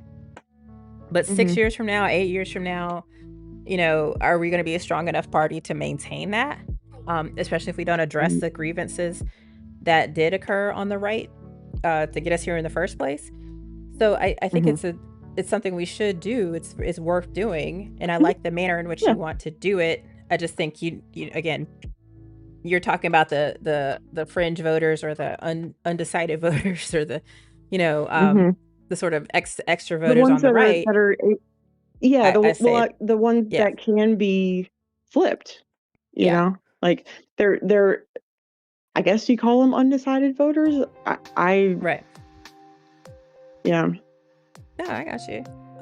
But let me ask you a question, because I feel like you're also a little bit like you kind of become a victim of confirmation bias yourself, unfortunately. So where I mean it happens to the best of us. But I think because you had an experience, and such a horrible experience, with like the worst case scenario of the woke scold, I think that you're now in a position to believe when the right says we voted for Trump because we were tired of trans and LGBT, and that we were tired of having to say pronouns, but like we were tired of feeling bad for being white, and I think that it was reactionary, and I think that it was because of inflation for the most part. Oh, like why they voted for Trump? Yeah. Well, I think that there was a rejection of the woke stuff, and I think it was all purely reactionary. I don't think that any of it was really grounded in much logic. Well, because it was vibes based. It was all vibes based. My question to you yes, I agree, but my question to you is, do you think it's more plausible that somebody walked into the voting booth and decided to maybe they didn't have a real clear direction on where they wanted to go, but when they got in that booth and they said, you know what, I'm going for Trump, do you think that decision was predicated more so on, oh wow, because somebody chastised me about saying she, her, as opposed to he, him, or whatever? No, I think that kind of behavior instigates a pipeline that happens, that then they start consuming more information from that side of the aisle that then does convince them. Sure, it's never but one. It's never like one situation. But what I'm trying to get to is that the convincing occurs, like not because of an instance or because of that feeling space, but more so I think because it aligns with some kind of visceral feeling that they, like Fifi's, that they already possess. So they're already a bigot, they're already a transphobe, they're already racist, they're already xenophobic, they're already sexist, they're already whatever the fuck. So I don't think it's really, I almost want to say, I don't think that they know that about victim themselves, blaming in a way. So I just don't think it's necessarily who's the victim? I would say, like, when it comes to the woke people or whatever, like it seems like you're saying that the people who are pushing woke narratives and the woke army and whatever are the ones who are needing to take a second look at their approach, as opposed to the fact that these people exist because they've had to push back against all these isms for so fucking long, you know? Right. So, And as a woman on the internet, I mean, I've certainly encountered my share of holy shit. But yes, I can see that. I see what you're saying. But the experiences that I'm talking about are people that are calling into these shows and aren't just the ones that come on and like scream like the F slur or something. Like, these are people that are asking questions that may come from a background where it might be like that they might have more of a that's the thing. Like, so my mom was like a hippy dippy trippy type. My dad was his parents came from Nazi Germany. He was raised by Nazis. And so I have watched as his views over time have shifted dramatically from when I was a little kid to now, and he has never voted for Trump, will never vote for Trump, but he had some very problematic views because of the way that he was raised. And so I think that there are, people can be raised in houses like that where you have somebody in the house that can give you maybe like if you go down the wrong pipeline, it can be easy to like come to those conclusions, but it's not I wouldn't call them like a bigot, just for asking about, why pronouns are important. Like, no, but for what I'm saying though is like you're juxtaposing that person's like discomfort with being checked about making a mistake regarding someone's identity, against where that sentiment comes from of the person being like fearful of their life because of certain things. I totally understand being like a little snappy. I am guilty of that all the time. Somebody says something hateful because I'm a mod on a lot of different YouTube chats, a lot of YouTube channels that are, politically or religiously affiliated or not affiliated. So we get a lot of people that come in that are frankly hateful, and having your identity questioned on a daily basis, or having men constantly talking about your rights to healthcare as a woman is infuriating, and I totally get that. I totally understand the reasons behind being a little more aggressive with those types of people, but I still think that there's a way to engage with those types of people without just writing them off as being a bigot. Sure, but I guess you're not just some like pretty... you're not being a doormat, but you're sure. But you're yeah. But we're also talking about some fairly, I think, extreme cases. I don't think that it's every single time that somebody said him accidentally when they meant her, or should have said her, like that person is treated in the manner that you were. Oh no! I'm sure it the does way happen. I was treated, no. But I sure... mean, like when I mentioned watching multiple different leftist sort of totally YouTube understand. Channels, like totally understand what you mean. I'm just saying that to me, to then extrapolate from that though, the witnessing people who are more woke,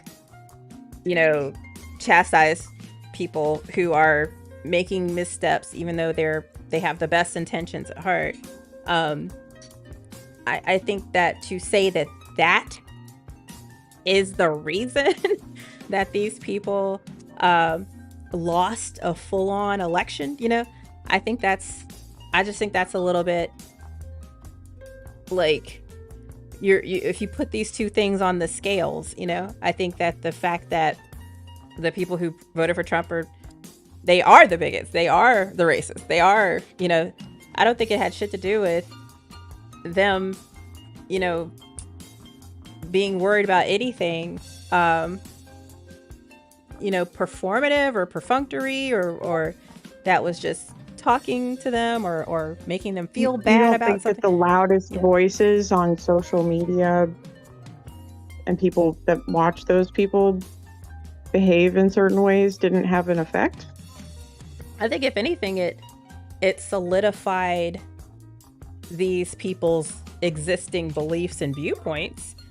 I think it was sad that, like, somebody who's already like mad that they have to take a DEI class, you know, now is seeing that there's a candidate who's getting rid of all this, you know, or somebody who's mad that, you know, women have the right to get an abortion is seeing somebody who's like gonna totally get rid of that, you know, like, you know, I think for somebody to come in and say, hey, you should, it's my body, you should let me do what I want with my body, and for somebody to be like, you know, that's a girl, that's a woman, you should treat her like a woman, you know, those are people who, they're already like, fuck these folks. I just think that made them even more fuck these folks, you know. I don't think it was anything other than it, you know, that might have nudged them further in the position that they were already ensconced in. But no, I do not think that I think the nudge was a little bit more than you're giving it credit for. More so than these people. I think it's where the disconnect is.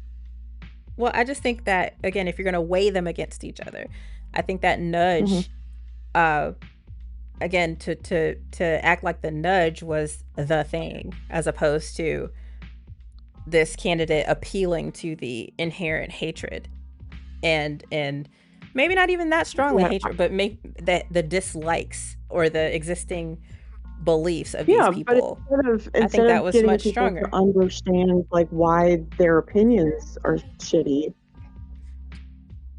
Like, say that one more time. Sorry. Instead of getting these people who are you know, asking leftists like questions and things, instead of getting them to understand like why their opinions are shitty, they just call them stupid and call them a bigot and then shut them down. I don't think that's helpful. Well, you know, it's not helpful. I agree with you, but I just don't think that's the reason why Trump won.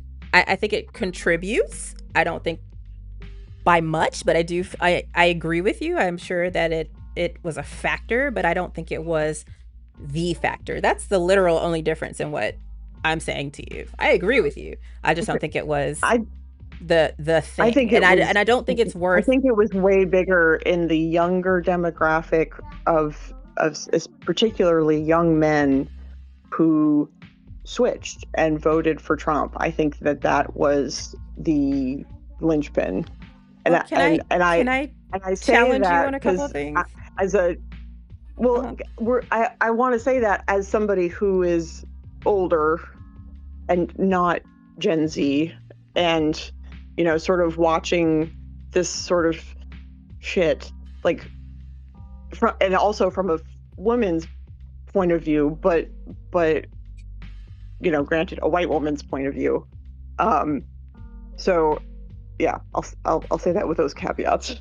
Well, I mean, can I challenge you on a couple of things? And you might not like what I'm going to say, but like, I hear you so loud and clear that the people who were undecided or who were allies, but, you know, perhaps not, like you said, not the LG, the G, the B, the Q themselves, you know, that they were the ones who were most susceptible to the antics of the woke pushing them further to the right. But I genuinely want to challenge that those people were ever fully in the camp of people who would vote for Kamala Harris in the first place, or who were as left as they perhaps profess to be. Because even yourself, I love you dearly. I feel like I've known you for a little bit here now, and Mhm. you know, I see you very clearly, and I'm so appreciative for you. I love that you're coming to this space. I hate the things that you had to experience, that led you to feeling this Mhm. hurt, and Yeah, but that gave you me know, biases, and all so that. I need to be aware of those. Well, okay, so when I'm reading your article, or your piece, Mhm. um, I see these kind of caveats that kind of make me like, oh, okay. So, like, for instance, you say that for a trans woman to say she's a woman is ridiculous, I but really don't wanna get into, like, the I I really I don't wanna rehash trans shit. I would love to never ever have to talk about trans shit ever again, because 'cause I'm not a trans person, and I just know that my own experience has been, uncomfortable, and so I don't oh, know. I gotcha. Well, I mean, so okay, so no, it, if it's not going to be helpful for me to challenge these things, then I will not do that. Well, That's I all. mean, I just wanted to. it's fine to challenge me, but I don't think that I'm victim blaming, because I don't think that the people that I'm necessarily talking about, I mean, I'm talking about a very specific, small but very loud demographic of people who have a lot of power in online spaces, and um and are heard by hundreds of thousands of people. And so I don't think that those same people can necessarily call themselves victims at this point. And Oh like no, that's not they even they my thing. I'm not even looking at that aspect of it. Just more so to say that if I were to ask like a turf, for instance, why does she not respect trans women? I feel like I've heard so many of them say like, "Oh no, I fully think they can do what they want. You know, if they want to become women, that's perfectly fine. But just to claim that they have had um, the same experience with womanhood that I have, it well, they diminishes haven't. womanhood. And that's True, okay. But that's the true, thing. Like that's true. fine. Like, that's Again, okay. totally, You know? totally agree. Totally agree. Yeah. But that's a very turfy thing to say, and turfies Oh are, no, I I've been think, called one multiple times that I'm sure. not, but So just saying. But I would venture to say, if you're gonna ask, where did the turfs land on the left or right spectrum, they tend to be more on the right, they tend to be so on it the just right. seems Yeah, because they tend to be assholes who think that they can gatekeep like who gets to have womanhood. I'm not trying to do that. I'm just saying that we are different, and that's okay. but then okay, so Like, don't when invalidate I my talk to experience, and I'm sure, not going to sure. invalidate yours. And I think that that's a reasonable ask. But that's where I think, again, when we try to switch on our decoder ring, then, right? Mhm. I have several trans friends, women and men, and I've done a lot of research and just digging in homework on this. I have a whole 2.5 hour Yeah, video on trans stuff. Like, so yeah. I feel like I have I am not trans, but I do feel like I have a little bit more of a medical and a societal understanding of it. Mhm. Yeah, I've read Than a maybe your lot of average research layman, on it. Yeah.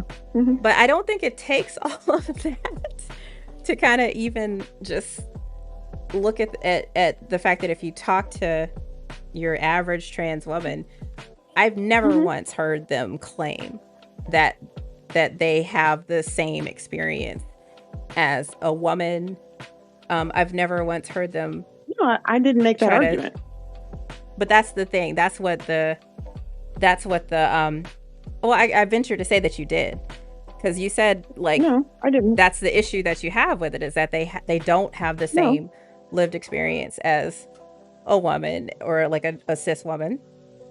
And Yeah, they I don't. agree with you, but I think they also agree with you.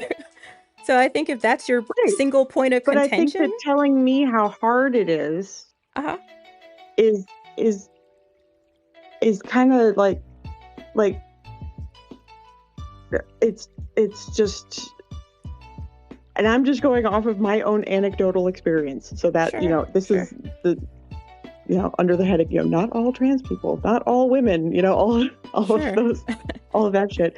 But no, I'm not saying that just because I'm saying the one thing doesn't mean I'm also saying the opposite. Mm-hmm. And I get you. I'm literally just saying. I'm literally just saying that the thing what they're saying in, hey, this is my experience, I've also had it difficult. I think that use that as their key for the decoder ring. I think they're trying to share with you, like, I've also had difficulties. Well, no, they're not the same ones. But here's where we can start to build a bridge. You're extrapolating something that I didn't say, because that was from a highly specific situation that I've encountered over and over and over again,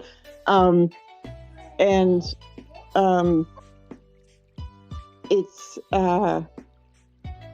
them saying to me how hard their lives are, like, personally as human beings. Like, that's fair. It's not a competition, though. No, of course not. But and so I'm not even trying to get in the weeds. That's all that I said. I'm not meaning to. There was at no point was I trying to invalidate the fact that their lives are hard, because it is. And they are in ways that I will never understand. And so, and it's not a woman's experience. They are telling me that it's hard to be a woman, and I find that offensive because I know. But again, that I object to. I'm not saying that their life isn't actually difficult, because it is, but them telling me how hard it is to be a woman is just silly. But again, try to hear that more so as it's hard to be a trans woman. I think they fully understand. But that wasn't the argument that they were making. I got you. All I'm saying is when I heard that and I read that, that is a position that aligns more, I think, with your average Trump voter than somebody on the left. Right. So if you layer that on top of that undecided person who could have flipped either way, I just don't think that they're as capturable as you might have assumed, because I think the reason they had issues with Kamala, or that they, even when you said, she was a candidate that you wouldn't have chosen or something like that, that again, that sparked something to me. Personally, but again, her personality is off-putting to me, but which is a fair position. You have your opinions, no problem. All I'm saying is that the person who might have been undecided and ended up voting for Trump, and who you're trying to convince in this piece could have been saved from doing so had the woke army not put them off of coming more to our side. Again, literally just saying that, first of all, they probably weren't as capturable as you might have anticipated, because they feel similarly in some of the same regards that you do. That trans women are women. But I didn't. Kamala Harris is a piece of shit. Whatever the fuck they say. No, I did not call her a piece of shit. She's not. She's but that's probably person. More so where they're coming. And but you take my meaning. I don't. Correct. Yeah. I don't see why that you think that's true. That these people weren't as capturable as you think. Correct. Well, I feel like I've tried to even explain, for you, somebody who is center left and who voted for Kamala, but still had the experiences that you did, that you lifted up, said that could have pushed you more to the right, was what you were commiserating with these people who ultimately voted Trump. you know, you're commiserating with their experiences. Mhm. I'm just saying that those people, again, I just think even if you look at your own situation where, you know, you're center left and you had these issues with the woke and with Kamala and with, you know, whatever else. So think about the fact that those people probably aren't as center or center left as you are initially thinking. That's literally my whole point. And so, like, if you know, if we're talking about people who have these proclivities for the same sort of isms and bigotries that are, you know, popping up with the right as a full blown, you know, Trump voter MAGA person, you know, if they already have these same Yeah, I don't think proclivities, those people are capturable, but yeah. and that's all I'm saying. I just think they're that's a bigger segment than perhaps you're thinking. That's all. So that's it. I mean, I take But why do you issue think? But with- why do you think that? Because that sounds a lot like vibes. Yeah, it is. Yeah, I definitely feel like they're operating more on vibes. I think that they're, No, you I know, mean, when you see, saying is vibes. Like you're saying that demographic isn't as big as I think it is. Is there the data for capturable. that? Yeah. Yeah, I mean, I'd venture to say the fact that Trump won. that means that there's Right. And so millions those more were people that switched their vote. Right. Those people switched their vote. And But so did they that was a switch? huge. Did they switch Yeah, they their did. vote, or did they? Yeah, or was that they who they did. were going to vote for the whole They time? did exit polling. Yeah. No, they did exit polling. Okay, that's reliable. Given 2016. Okay, I don't. Okay. No, not 2016. And this past election. Well, I'm saying, like, even look at 2016, how exit polling failed us. Exit polling meant that Hillary should have won. Okay. So So you know, then I don't really. Okay. I mean, I guess. But then you're just telling me that you just think that. Well, no, I mean, he won. He got more. He got the popular vote. Right. He got the electoral college. So, Because that means that more voters that he was able to Americans. flip. I mean, he was able to flip young men by the millions who, you know, some of which had either not been able to vote or, you know, or did actually vote for Biden, who then switched and voted for Trump. I mean, we saw the same kind of shit with the Bernie Bros. Like what? And we ignored them at our payroll too. Well, I feel like the Bernie Bros were they went the Hassan route. Yeah, they did. And just didn't vote as opposed to voting for Trump.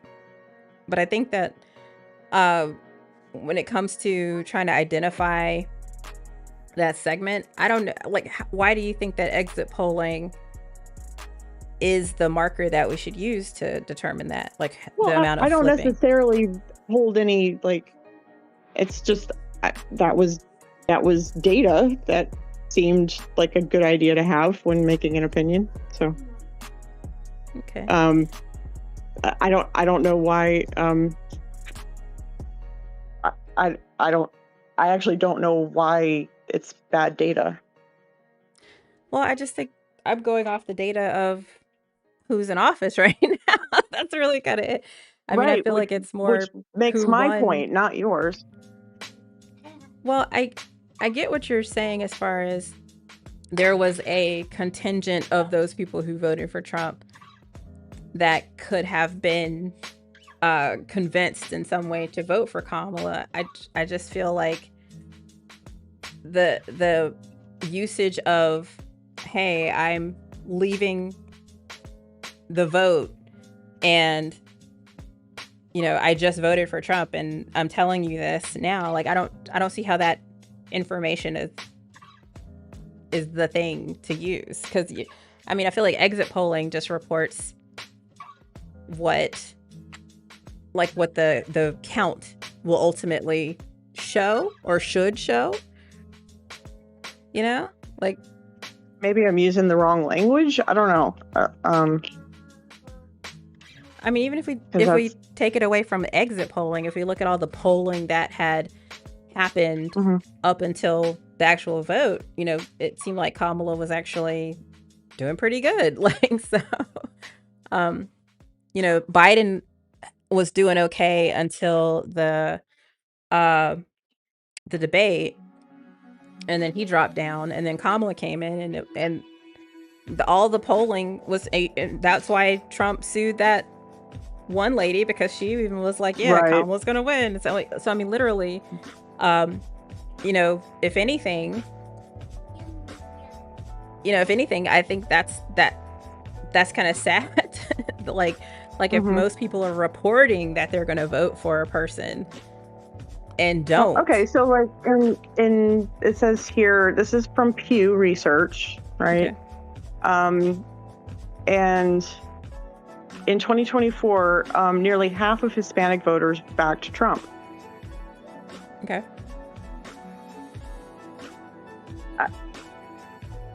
So it was 48% in 2024 and 36% in 2020. What are some of the like, does it Here, say I'll like what link the it to polling you. would have been before that? Because I think that's where we could find those undecided voters and then compare that to what they actually voted for. Let's take a look. Mhm.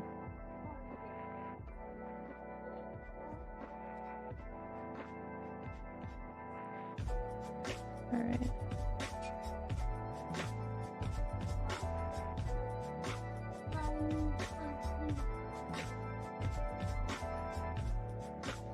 Yeah, I mean, for me, like,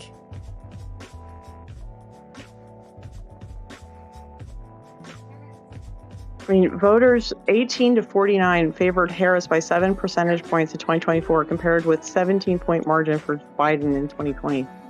Crazy. yeah, it's for me, just the numbers. I don't see how we gather from these numbers that the differences are due to, you know, again, like the woke or identity politics or whatever the hell people try to say. Well, like, to me, my I feel like the only because difference the only difference I think that all, because Republicans are all about identity politics. That's all they talk about. I mean, yeah, Republicans more talk than about trans people more than Democrats. trans people talk about trans people. Like, it's insane. They talk Right. about abortions more than the left does. Like, they are all Right. about, like, highly inflammatory, like, emotionally driven types of shit. And Right. and so and the younger voters, who overwhelmingly, like, there was a huge rise in Trump's support from younger voters in 2024. They consumed the most social media. Mhm. I don't think it's a stretch to say that there's a you know, that the media that they're watching, when they're watching, you know, online wokies, like, talk to voters in a really icky way. I don't think that has a, I mean, But, like, I think that who? probably has an effect. Who? Like, what ultra left huge pundit or podcaster or influencer is out there capturing these people? Brian Tyler Cohen? Luke Beasley? No, I'm talking about, Javon like, Bradley? like, who? I'm thinking of my own circles, and so, you know, but they still have hundreds of thousands of followers. I mean, I used to be a moderator for The Line, who, you know, regularly had 5,000 to 10,000 viewers in their live chats, you know, 5 days a week. Okay, but, like, let's look at what you just said, though. Like, the right tends to be the one pushing these narratives that the woke is the problem, and that the women are the problem, and that abortion is the problem, and that trans is the problem. Right, and then they The go right act like tends to- unhinged assholes and prove them right. I don't think that that's helpful. Well, okay, Now let's take it back a step. Like, I think we could both agree that the right is the one pushing these narratives more than anyone. So if Yeah, of it's course. these people who are, especially like, okay, let's look at the age one. Okay, so even with the big pushes, like, I wish they would show the amount. They're showing like the favorings, but even with this huge push of people going a little bit less to the right, it's not even that they're going left, they're just going a little bit less to the right. The 18 to 49 group, I don't think that outweighs how many 50 plus people are voting. Is that right, or is it about even? And also 18 to 49 is a huge ass fucking range. That's a huge range. It is a huge range. I'd venture to say that even with these larger shifts here, like even just 18 to 29, even with these big numbers here, 18 to 29, like, what percentage of the vote is that? I cannot imagine that it's even close to the majority. So, I just don't think that I don't think this was the thing.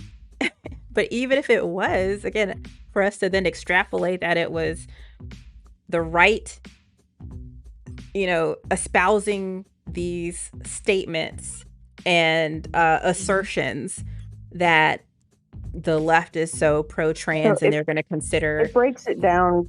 It breaks it down further in a chart. Let's see. Men under 50. Okay, so share of voting.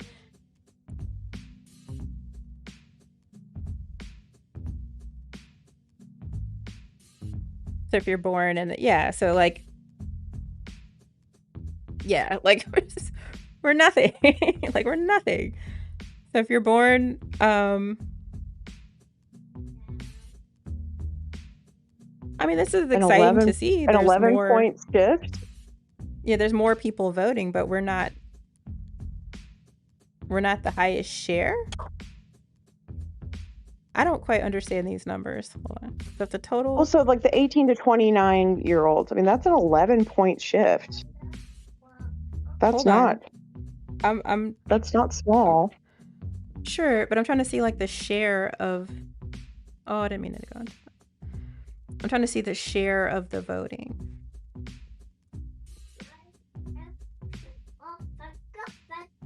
It doesn't quite say.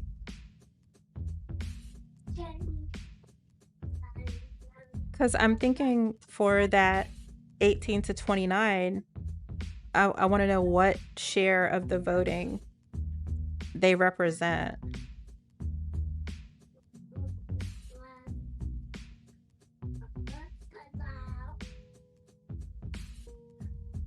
I'm genuinely not. Am I just not seeing?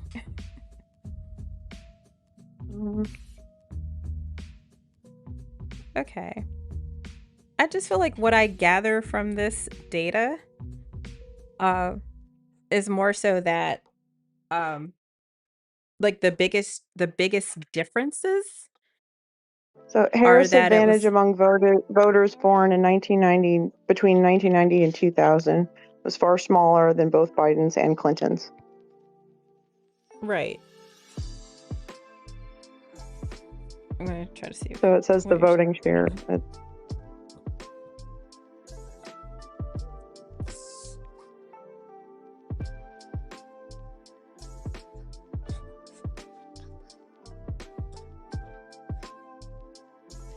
So like 50 is such a huge range, but still, yeah, like most of the people voting are in the 50 plus range, so it's not. Yeah, it's not really. It wasn't determined by the young folks.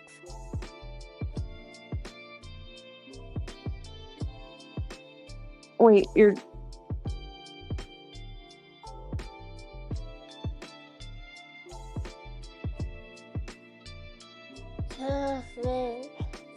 finish. Want to record this.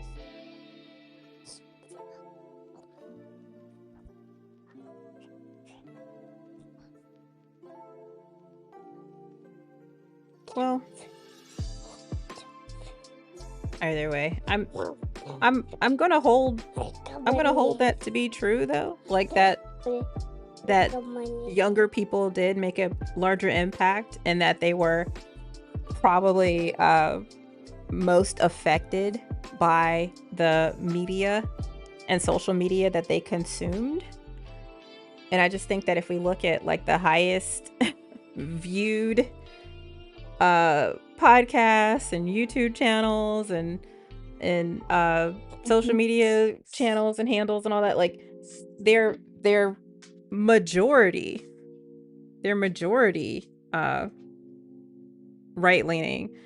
There was a really good so it visual says for it right here. So most age cohorts of voters saw only small shifts in their candidate preferences between the 2020 and 2024 elections.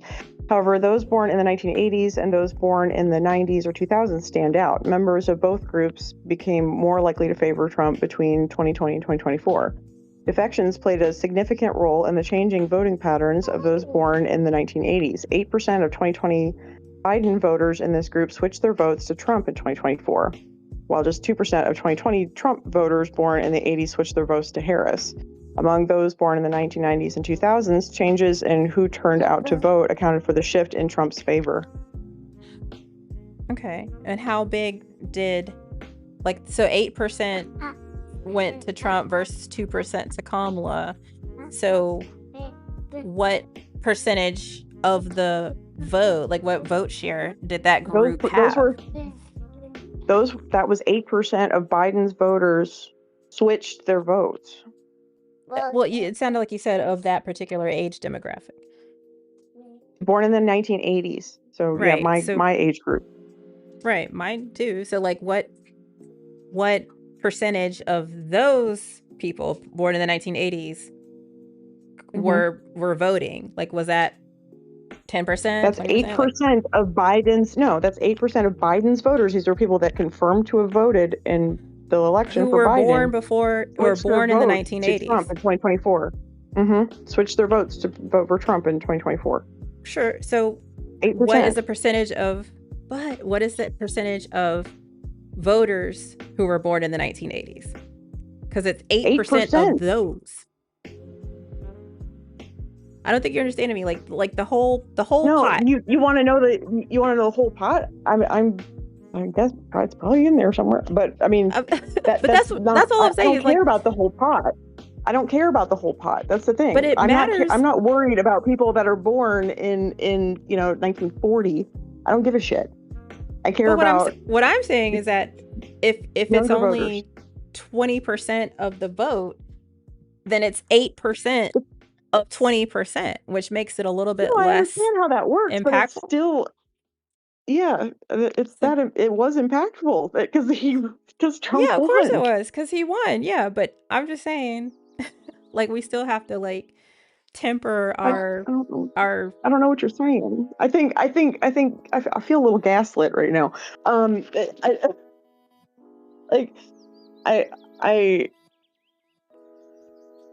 don't know. I mean, I feel like you may feel that way because you think we're arguing. I'm not arguing with you. We're arguing. I think you're trying to convince me of something, and I'm not convinced. Well, what is it you think I'm trying to show you data? Trying to say, maybe I can. Doing my data. No. What do you think I'm trying to say? That my conclusions are unreasonable. No. I think your conclusions are accurate and reasonable. I'm literally just trying to understand for myself, if anything, what the actual impact of the, I'll say, youth vote was on the whole election. Like, I get that it swayed more towards Trump. And I get that a lot of that was due to the 1980s, 1990s, 2000s kids voting. But I just want to know, what was the percentage of the vote that was in these younger demographics? That's all. Because I feel like it's a bit inflammatory, not from you, from Pew, to say that in solitude, and just with just this one data point, that 8% of people born in 1980s voted more or flipped their vote to Trump without understanding what that actually impacted with the larger vote. So again, let's say that it was half.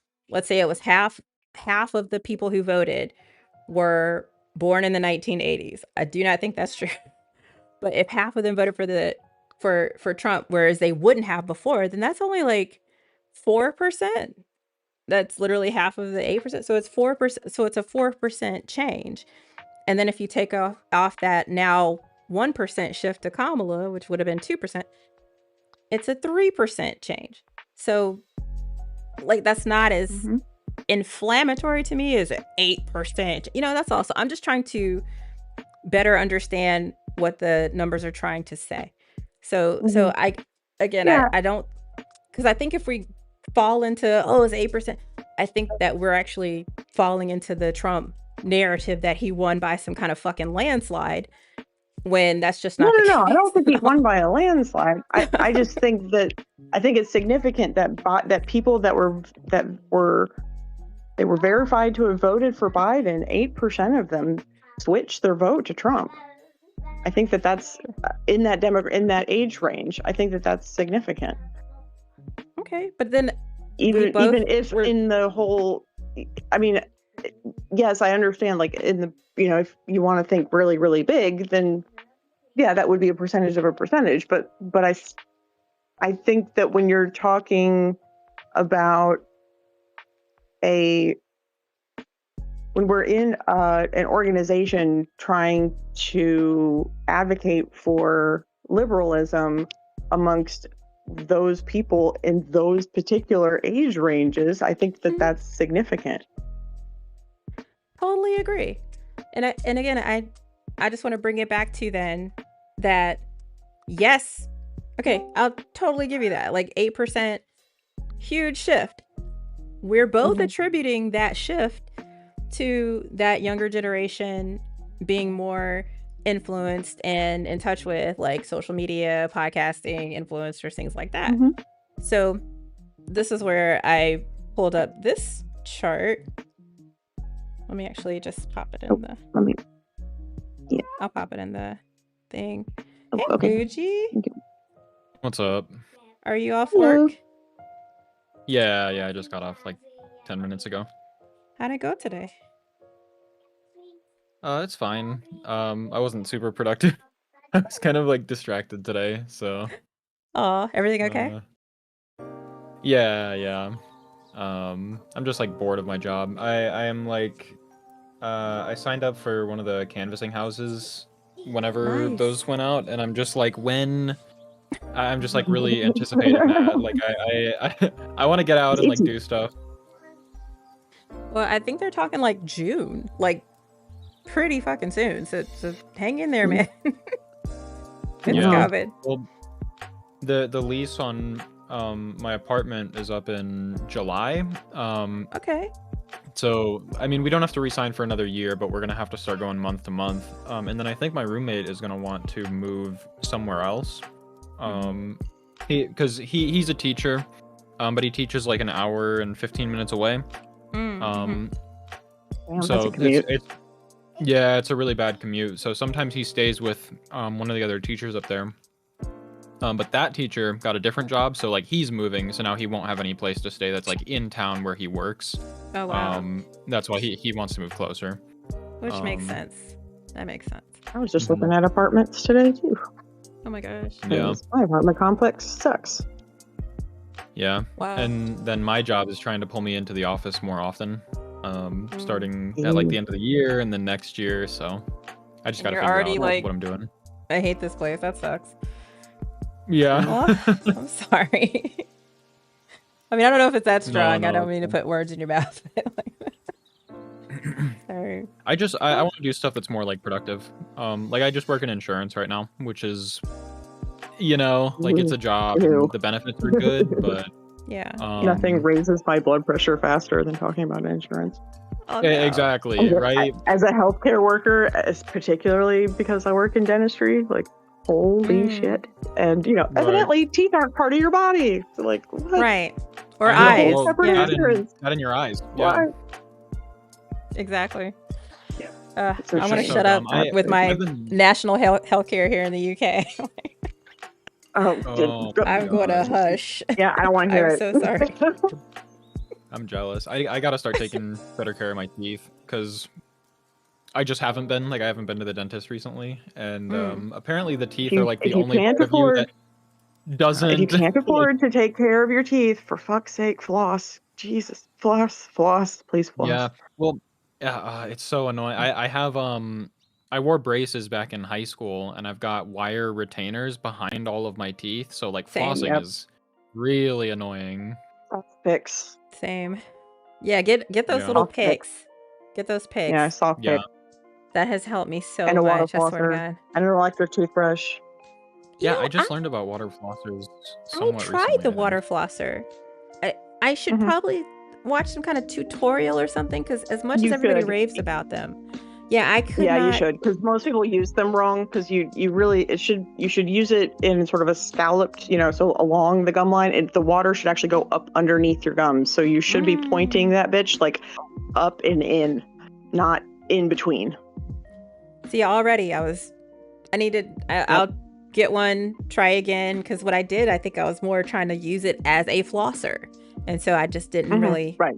have the Yeah, impact most between people my just kind of teeth. shoot it in between their teeth, and that's not at all how they work. I see. Interesting. Okay. Plus you can mix, you can put some like mouth rinse in there and get sort of an antiseptic thing going, which is nice if your gums are a little grumpy. Put a little Listerine in there or something.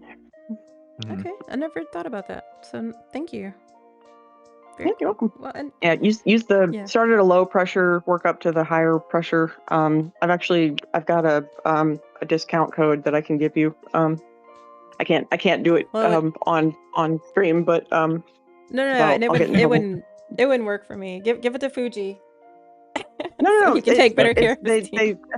I think they ship internationally. Okay. Well, yeah. I'll take it. Mhm. I mean, Yeah. sorry. But and just to kind of Get wrap you- up. get you 25%. Oh, that's amazing. Thank you.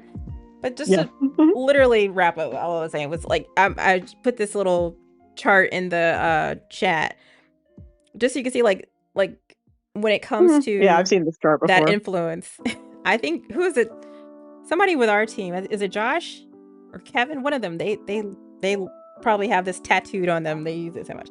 But I think it's a clear indication of where that impact is coming from, and what actually moved these people or flipped these people more towards Trump over any sort of like personal interactions that they might have had.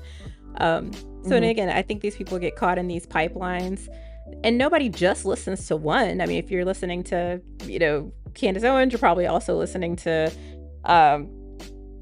what's his face, the Charlie Kirk, Right. whatever. So Yeah, I yeah. mean, yeah, it's just Although Yeah. maybe not now.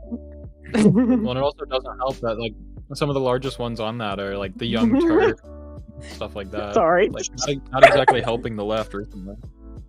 That was Right, bad. I'm right. sorry. or even Joe Rogan, like I'm a centrist or whatever. Like, no, the fuck you're not. Right. Yeah. So like, No, you're not. so I like how Bullshit. honest Yep. this chart is.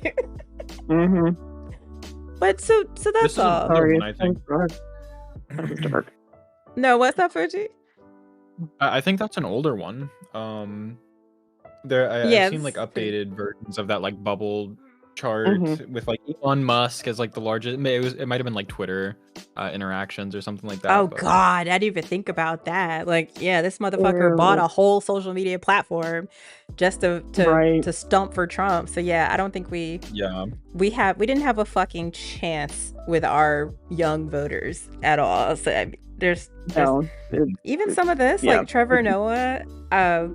I think that's just off the Daily Show stuff. So I don't even know if that's like just I think this him is older or because Midas Touch is probably much bigger today than it was when this when this study This is was data done. collected February 3rd, 2025 from YouTube, Spotify, Rumble, Twitch, Kick, Facebook, Instagram, and TikTok. you have amazing Okay. eyes. You're doing so good. Yeah. Oh yeah. But yeah, Asmongold's Because I way know bigger that Midas now. Touch has grown a lot in the last year. Yeah, but Asmongold has as well. Yeah. But Hassan's not even on here, is he? And like, I would say I don't even see he's him helping on. the right. He's below Lex Friedman to the right of Dr. Phil. He's by Candace Owens. Oh. Okay, yeah. absolutely. But see, he's listed as Yeah. blue. Do we really believe that? Yeah. Young Turks is blue. No, Do we really absolutely believe not. that? Yeah, Yeah. I don't know about all that. So He I'm really just ought to saying, be, we didn't like- have a fucking chance. Maroon. Yeah. Right? I usually, when I think of our good like voices, I usually think of Brian Tyler Cohen and David Yeah. Packman, who are you know Yeah, they're both same. on here but smaller. Yeah. I mean, so just saying, we didn't have a fucking chance. That's it. So I don't think it was. Needs to be podcast. Like, fucking.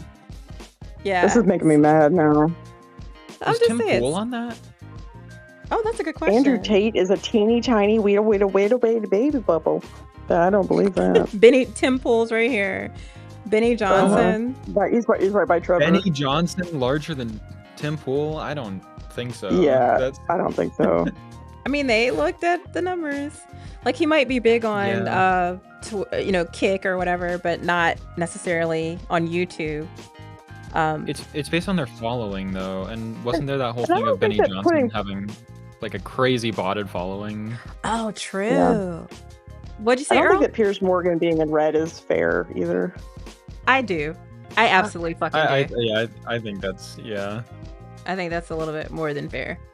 The damage report. he's done a lot of sweeping for Trump. I think Pod save there is ought to be blue?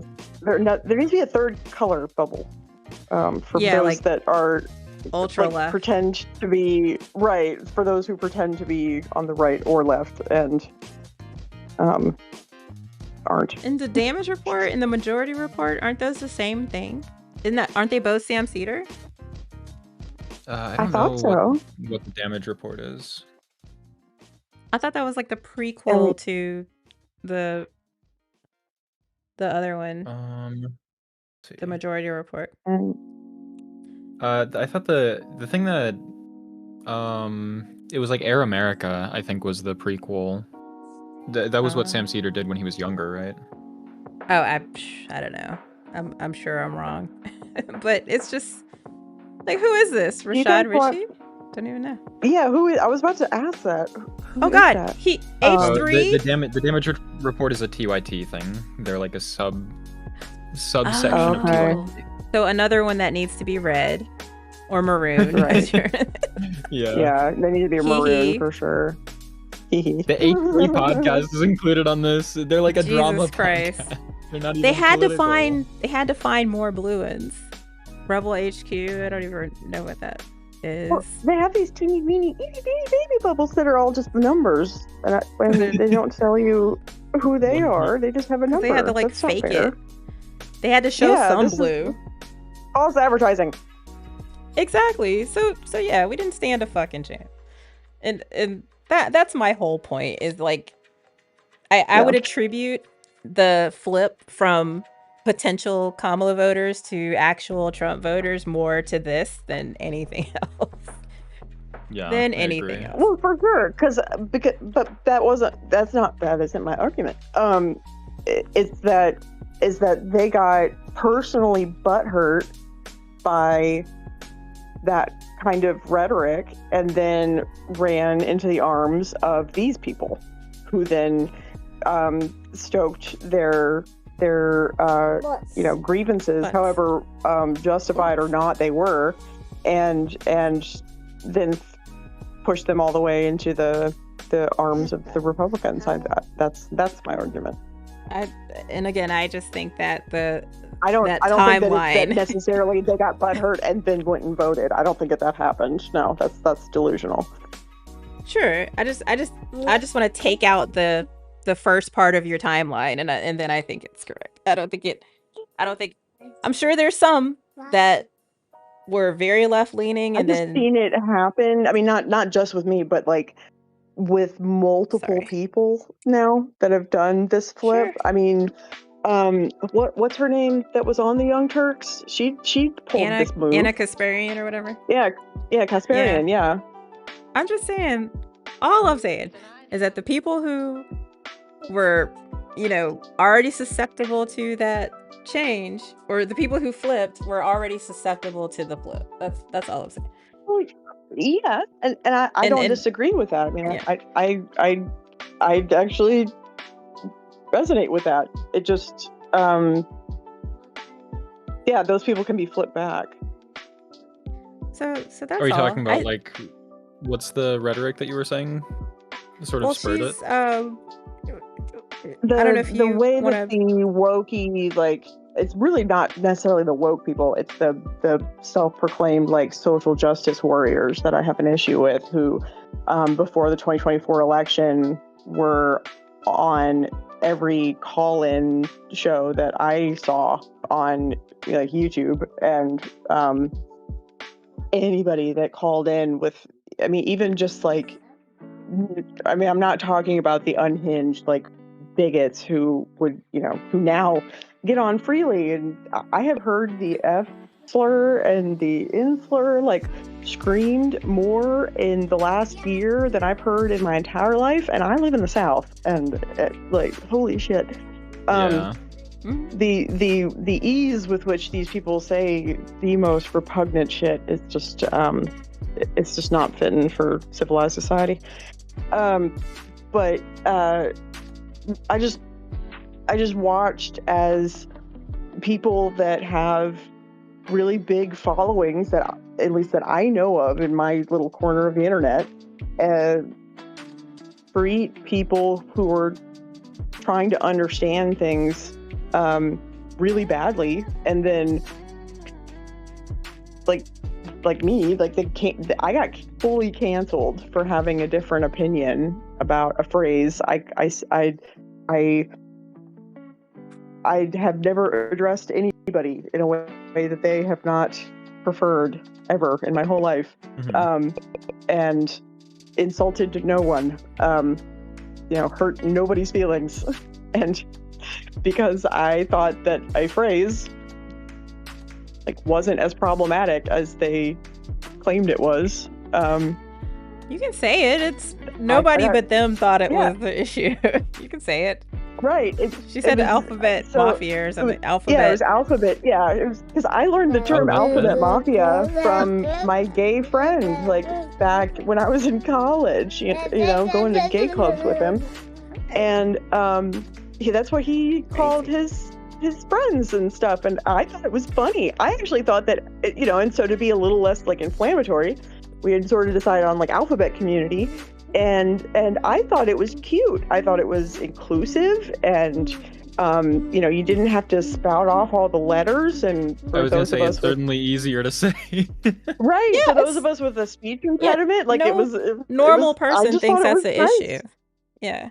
Yeah, but can I somebody decided it was a slur because some idiot on the right happened to use it in a joke or something. It was so stupid. Well, the other thing is you were saying that the person who took issue with it isn't even in the fucking alphabet mafia. So it's she's not. Oh my God. One of those things too where they white knight every fucking body. A loud queen bee who thinks that her opinion is better than everybody else's. Right. And so for that reason alone, I was supposed to just, she was supposed to say jump and I was supposed to say how high, and I just don't roll that way because her argument sucked. Yeah, just because just because Walsh said it in a you know, icky way. Like, yeah. Right. Like, since when do we take orders from the right? Since when do we let the right tell us how to talk? Like, and address people that are in our own communities? And I thought I had permission from the people like in the very communities. I'm technically part of that community, but I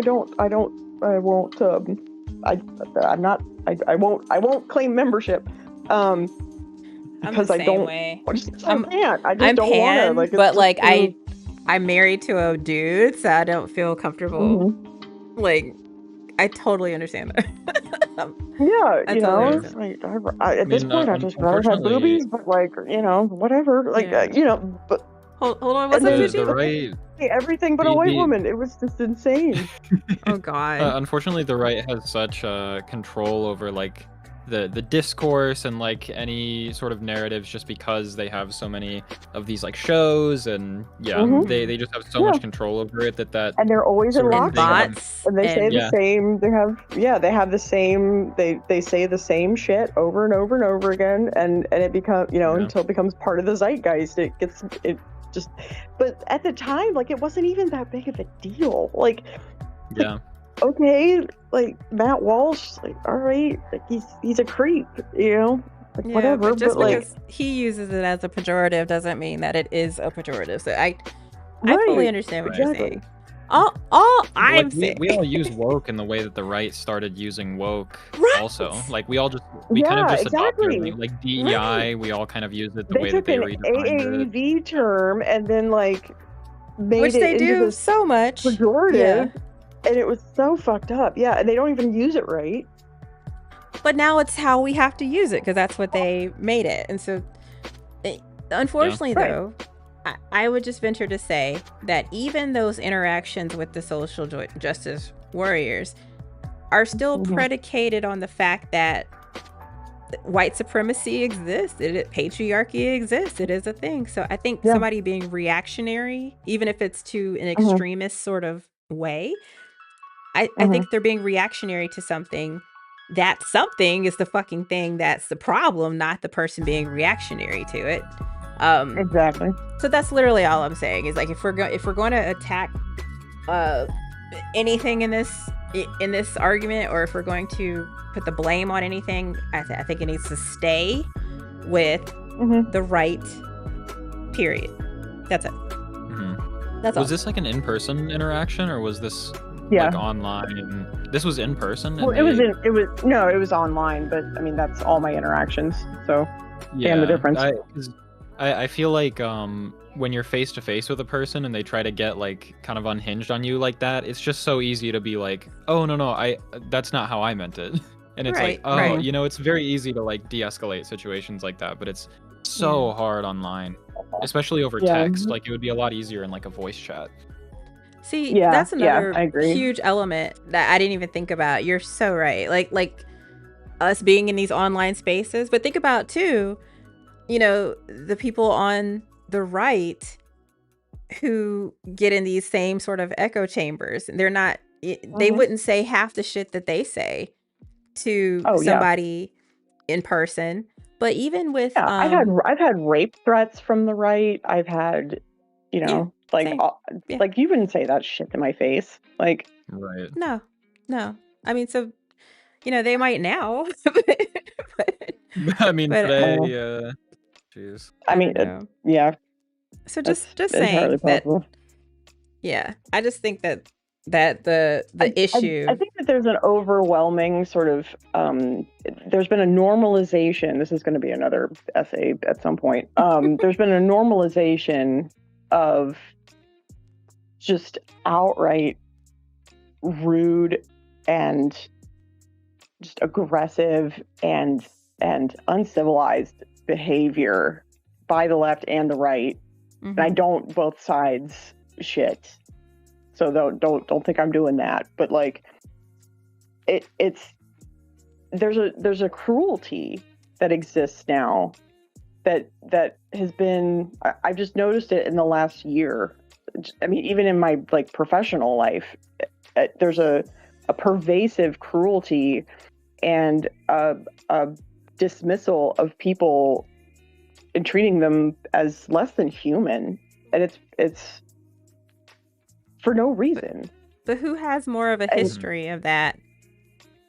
Who Oh, for espouses sure. that I mean, and has I think the historically reason is more because than of anyone? the orange clown. Yeah, the orange clown has made it normal to call people piggy, and you know, he's a fucking. I mean, he's been just. The man has assaulted women, and they voted for this fucker, and then have the audacity to be like, I want to protect women from, you know, the big scary like immigrants. Like, Right, fuck right. yourself. Lake and Riley, like, okay. Right. Sure. Like, We don't talk about Molly absolutely full Tibbetts, stop. but all right. They're Okay. so Yeah. good at repeating names. Oh man. Exactly. Like, So, you know, it's just, it's gross, and I am frustrated Yeah. because like I do think though that, and that's one of the reasons why I joined DGG, was because I saw an opportunity to enact what I was advocating for at the end of the essay about Yeah. messaging. Absolutely. I was And thinking that when I thought was it reading it, was I was like, a you know what? good I'm so opportunity glad to stop you're just here. shouting into the void. No, yeah, I think you're in the exact right place. I think you're also surrounded by people who so hopefully, yeah, Fuji, if you get a chance, check out her article. It's like the third comment up here. I think you'll find so many more Okay. people who will understand what you're trying to say here. Mhm. Yeah, so you're in the right place. I also just want to continue to hope, encourage you to keep challenging some of those things. I'm happy to dig into some of that with you a little bit, but I mean, now that we're kind of, I think, on the other side of our conversation with this, like, do you like you said, you mentioned you were feeling a little gaslit. Do you still feel that way, or how are you now, and when it comes to you and I and our vibe? I still. Oh, we're fine. Totally fine. No, I still.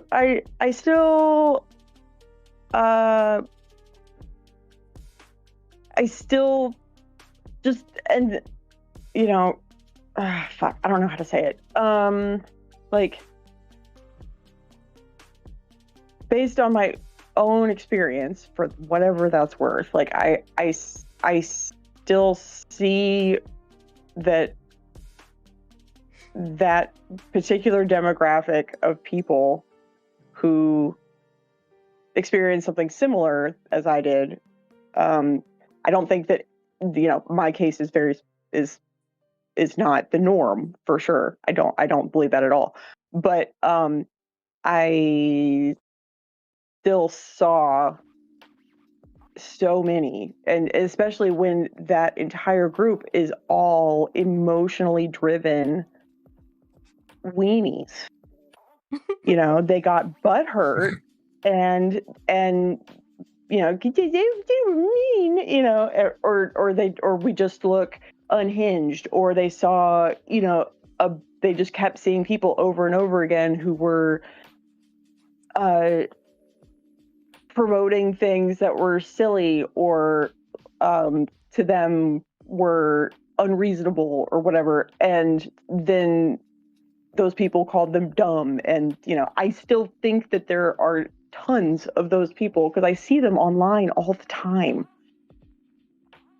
Like, I see them in the comment sections of videos all the time. I moderate for political shows and shows on atheism, where I come into contact with MAGA and with younger MAGA all the time. And so, I see this identity politics shit, and how I just think that the way that some of those people were addressed was not good. And I think that dismissing it as not being as significant as I perceive it to be is a mistake. But that's based on some of my lived experience, so I understand that has bias. but it's also based on some statistics that I think do hold more weight than you're giving it. Well, I hear you, and I agree with you, and I just want to let you know, like, I see it too. I'm not saying, and you stated this. You stated that I just don't think it's as significant as you do. I think it's even deeper than that, though, because I think what you were trying to say was that it was the thing. It was the most contributive. And that's No, literally I think all that I was trying to push against. No, there is a bit of a throwaway line in there because I didn't want to get into it, but I mean, inflation and the state of the economy, and people's just being butthurt and angry about that and not understanding how like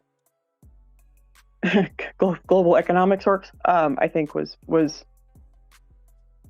more was the issue personally, but that this was an enormous contributing factor. Okay. Well, I made that. I think we're a lot closer. I just think we're a lot closer than you think. Like because again, I agree that it was a contributing factor. I agree with you that I don't feel it's the most significant. And I understand now that you're not saying that it was the most significant. I think we just have a difference in the magnitude. But yeah, I think we're both on the same page. And like I said, I feel like my debating style or you can look at my show, the Call the Liberal show, or again, I talk to MAGA, I talk to people. I fully respect them as living, breathing human beings. Like they had a mother who loved them, and they fell down and skinned their knee, and they had chicken soup when they were sick, and they've lived this whole life.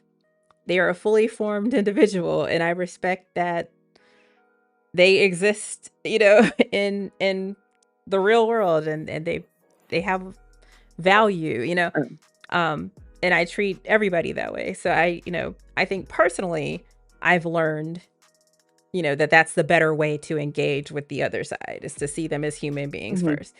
It's just challenging that I think that the bigger issue as to why we lost is that they do not afford so many othered and marginalized groups that same respect. They don't see immigrants as people. They don't see women as human. Correct. They don't see Black people as actual people. Like, so while I think we should encourage more humanity amongst ourselves, absolutely. Again, I think the better thing to attack, or the better thing, not even attack, but the better thing to try to focus in on as the real problem is just farther away from what I think you're trying to focus on than what the data would substantiate. I think it's more the communication, the incel, red pill, black pill, manosphere, right wing, whatever the fuck, silos that these people get stuck into, echo chambers they get stuck into. And like you said, like I feel like we're doing more to create like counter narratives and really get our own like decoder rings and communication platforms in place, and doing more to be boots on the ground and try to actually, like you were saying, Fuji, like be face to face with these people, canvassing, talking to them on the phone and stuff like that. Like that's going to do way more for advancing our cause and attacking the direct issue, as well as adjusting our discourse and how we debate and talk to each other. So I just think we're exactly on the same page. I think it's a scale of magnitude and maybe priority, but we are definitely on the same page. And I hear you loud and clear. Right. And another caveat, this was right after I had been a little traumatized and really angry, and so, to say the least, and understandably so. So right. So I've had lots of time, and like I said, that was after I'd had to reword a lot of that, for the third time. And I've learned a lot since then.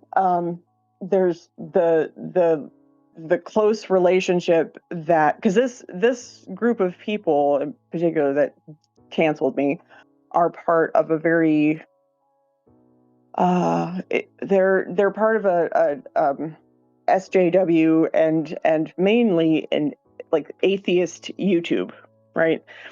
And I think that these people take because they still do it, they take the God out of all of it and then keep all of the absolute worst parts of religion, like the shunning, the othering, the superiority complex, the inferiority, yes, the superiority complex, the us versus them, the reactionary with zero sum thinking, and black and white thinking, all of it. They've kept all of that, and they lack the introspection to realize that that's what they're doing, while claiming to be the arbiters of morality as secular humanists, even though they treat other humans like dog shit, who are advocating for things that they believe in, and it's just it's so frustrating. So frustrating to watch these people shoot themselves in the foot all the time. Like, why alienate? And they're doing it over and over and over again. It's not just me. Now they've done the exact same thing with two other people that I know of personally in the same group, and this same chickie and their same group of fucking online atheists are just being unhinged bullies to anybody that doesn't perfectly conform with their idea of social justice or advocacy or what have you. It's like, what the fuck are you doing? And what's that phrase, the don't something about perfect being the enemy of the good, of the good enough, or something like that. It's like, if they're not actively working against you and dehumanizing you, or being jackasses, maybe y'all should go back to kindergarten and learn how to share and compromise. And well, here's two things maybe to mull on a bit. I think that to consider that sphere included people who like you said, were more susceptible to being flipped. I think it's just that they overlap perhaps with some of these. I think, isn't Joe Rogan an atheist? Or Russell Brand was, now he's a Christian. I don't think he's a Christian, but I definitely wouldn't call him an atheist. I would have thought that he was one of those because there's, at least I thought at the time, I don't know so much now, but I did a weird thing where I went from being a Christian when I was little, and then did this okay, well maybe there's an energy, and did the woo jump. So I did a Christian to woo to atheism thing. I think Joe Rogan is currently in his woo. Okay, right, or spiritual or whatever. But Asmongold, isn't he an atheist? So I'm just saying, I'm pretty sure he's an atheist. Yeah. But there's plenty of overlap where just because they're atheists doesn't mean that they're leftists, and it doesn't mean that they are liberal. So I think that the very same people that you were concerned about hearing that SJW message and being turned off or being flipped, they were already in the same spaces or had the same other beliefs attached to, what was going to decide their vote in the first place. So that's kind of thought number one. That sphere probably had a Venn diagram with so many of these other voices who were going to always be pushing these folks more to the right. So So while they might have been pushed by some of that SJW activity, they were already getting the pull very heavily from some of the other media that they were more than likely already interfacing with. Second thought is, what was the largest one? You said it was like 100,000 followers was like the largest one in that sort of group. No. That was on The Line, who has several 100,000 viewers. Several 100,000. Pretty sure. But let's compare several 100,000 to 9 million, 15 million, 39.9. Yeah, but you don't have, not everybody has to watch that. They just have to watch it and then have that opinion, and then talk to people who, you know, it spreads. But I'm even saying it more so for you individually. Like, while I did say it's my tiny corner of the internet, but yeah. Sure. But I'm just saying, even outside of those hundreds of thousands, like, I'm an atheist. I'm a very strong atheist. I have been for a very long time. I've never heard of The Line. I don't know what that is. I would venture to say there's a broader community than just what was part of that hundreds of thousands. Well, yeah, I mean, honey, that's being a little patronizing. I'm aware of that. No, I know. I'm not trying to be patronizing. I'm trying to be placating. I'm trying to make you feel a little better that, like, you found me. You know, you didn't need. Yeah, because I'm all over the internet. I mean, yeah, and this. I know. That's If it's not landing as intended, I'm sorry, but I definitely just want to make you understand, like, you're not alone. As much as they tried to ostracize you and turn you out, like, if you never talk to any of those people again, there's so many other people that love you and want you around and appreciate your voice, and that's really all I'm getting at. So, like, it's such a small corner of the world. Sorry, I have the shittiest headphones ever. This is a tiny group on a massive. Yeah, these are influential people in a small pond. Yeah, right. This is big fish in a small pond. Yeah, exactly, and absolutely, they can go fuck themselves all the way. Right. With a and I'll never covered in sand, no lube. Yeah, exactly. So and now if I ever run across that, you know, if I'm recommended that channel by YouTube or something, like, I know now, fuck them. I've never. So if anything, you know, thank you for letting me know who not to interact with, but at the same time, like, welcome. I'm so glad you're here. I'm so glad you're part of our community. So again, just hopefully saying that just to hopefully make you feel a little bit better. And I don't know, because that was the biggest thing that I gathered from your piece, was that it made you feel really abandoned. And I did. Yeah. I know. I was shunned from all the friends that I had, and friends that you had, and they're actively doing it still with other people. Like, why do we let these people, like, why do we let them get away with this shit? And some of it is that there's a I don't know. Take your time. I get protecting minority voices, and that is important, and we should continue to do that. But that does not give minority voices a free pass to behave badly without consequences. Mm-hmm.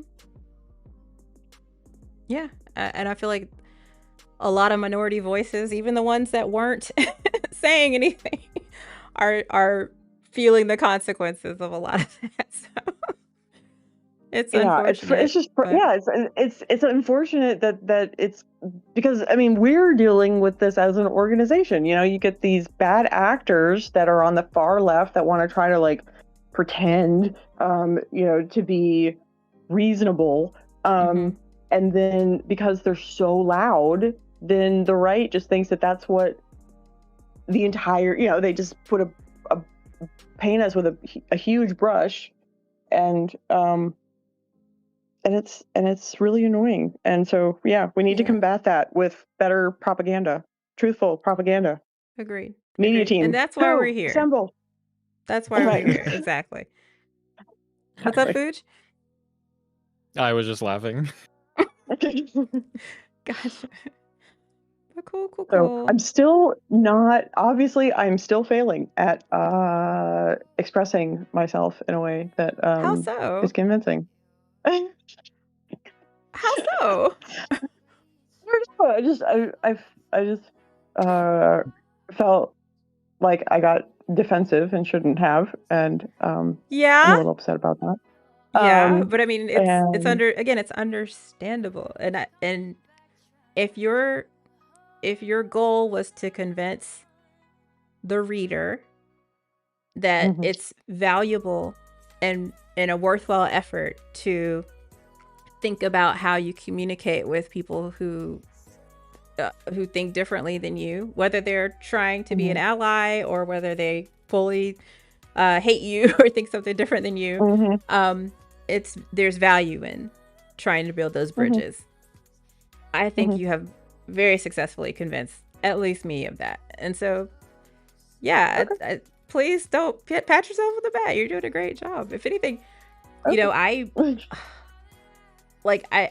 don't think I was offering my challenges, in a way that I ever issued to try to make you defensive or even to, make you feel like you needed to,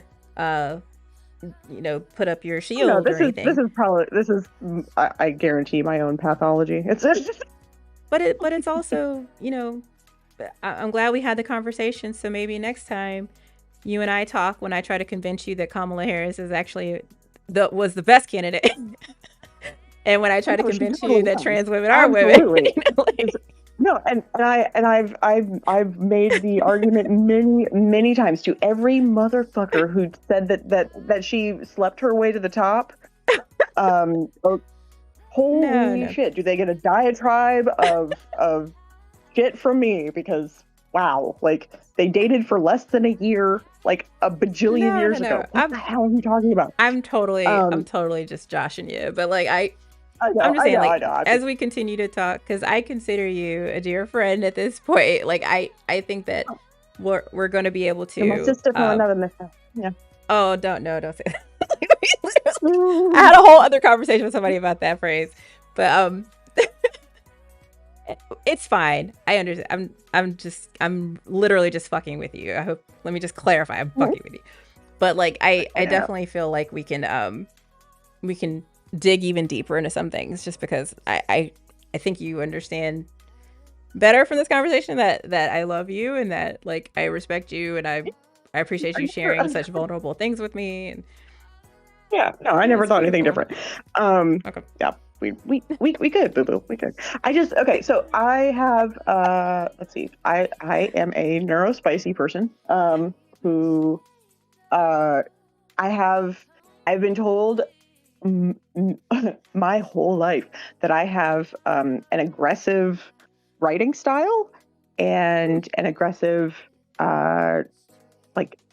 cadence to my voice, and I scare people a lot. I've leaned into it fully as like it's part of my branding now. I'm fully fine with it. Hell yeah. I fully disagree. I am that bitch. You're funny. I think you're funny. And I think people who are already set up to like are set up or primed to disagree with you, like maybe don't get your humor, but I didn't feel aggression by any means.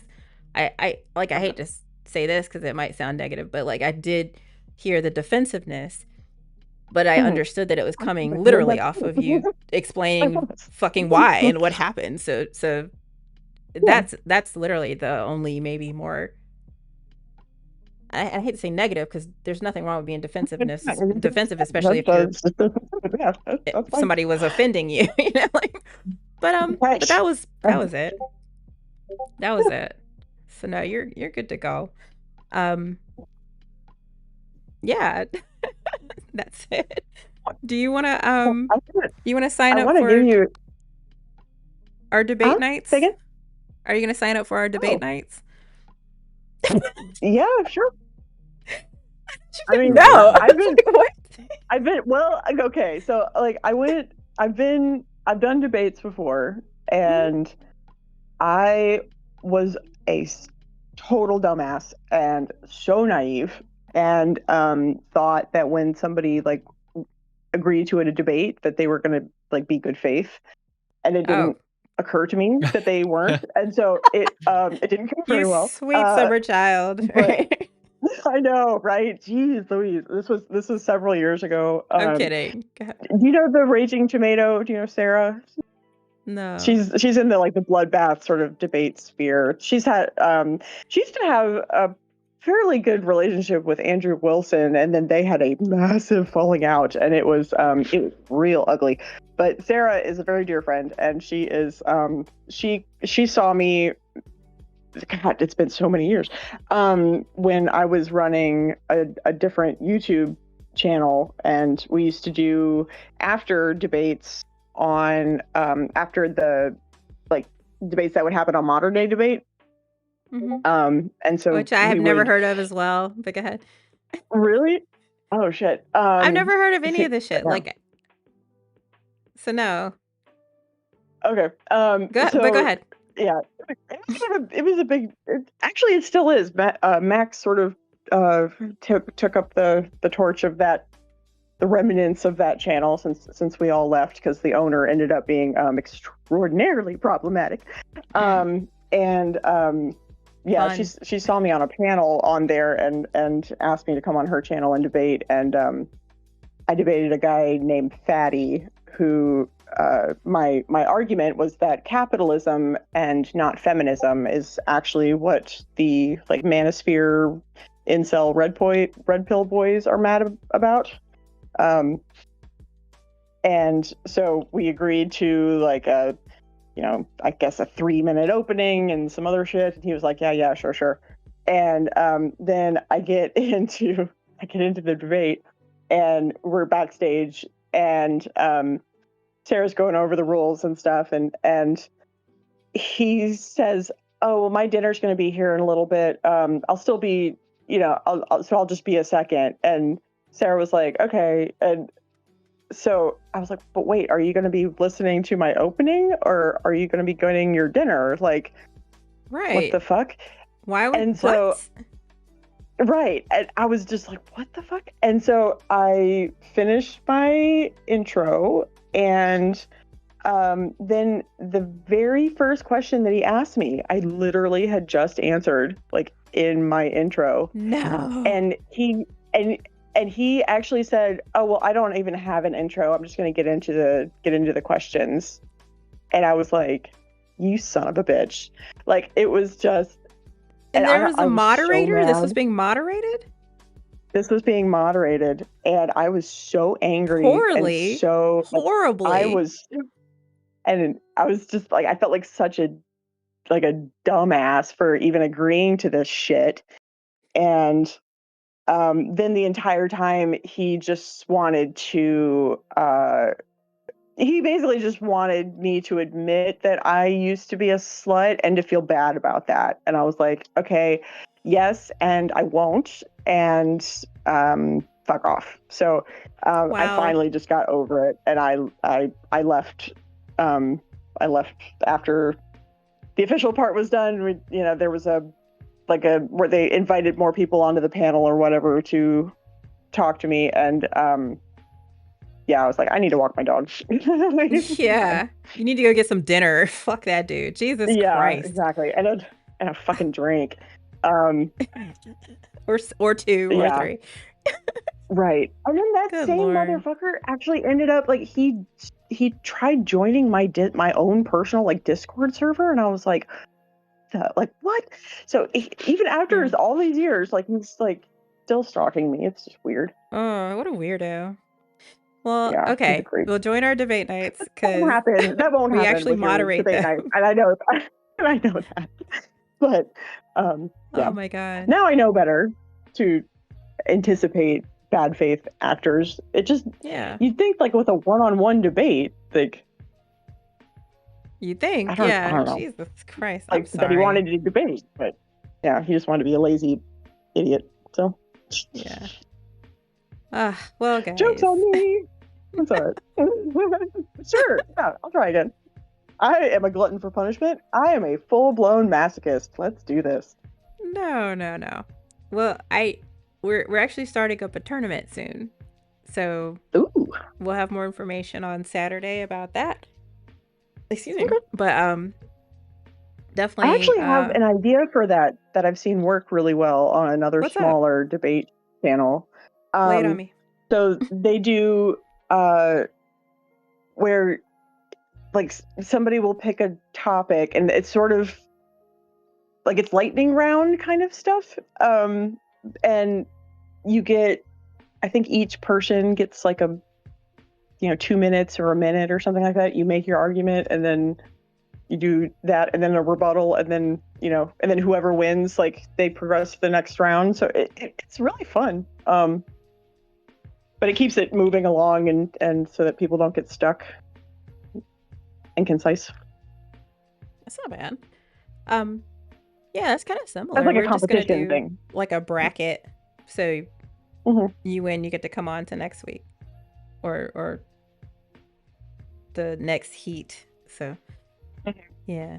Yeah, they have I think the way they do it, they have a couple people that they nominate to be judges, and then based on their own like criteria or whatever, they pick the winner. And it actually, as long as those people are like, don't just do it based on vibes or whatever, you get people that can be serious and objective or whatever, which they do. It goes really well, and it's just fun to be able to kind of go through like a bunch of different topics and to find people that are able to make a cogent argument without waxing poetic about shit for ages and ages. You know what I mean? And to it's a lot of fun. Well, tune in. I think you'll find where it's not like lightning round, so that's something to consider. Thanks for that.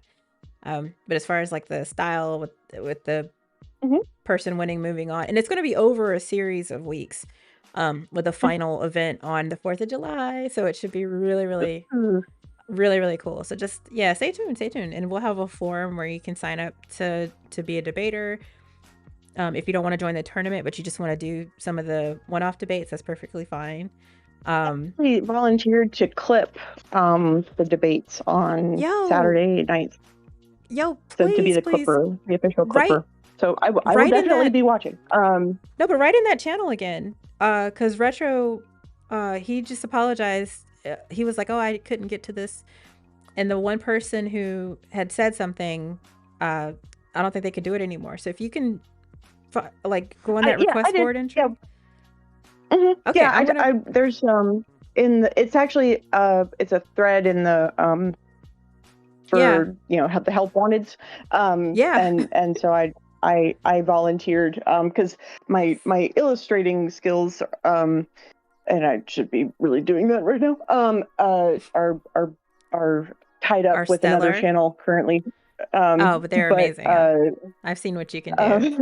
Amazing. But I love because I can do all of it with my phone. I can record anything on my screen. And make I love making YouTube shorts and stuff. It's creative. I know. While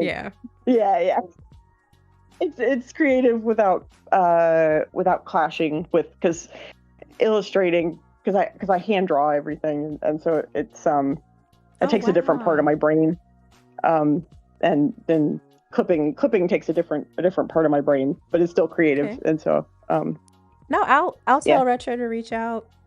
Also, I meant to ask you, can I use the I think the priceless I think he video?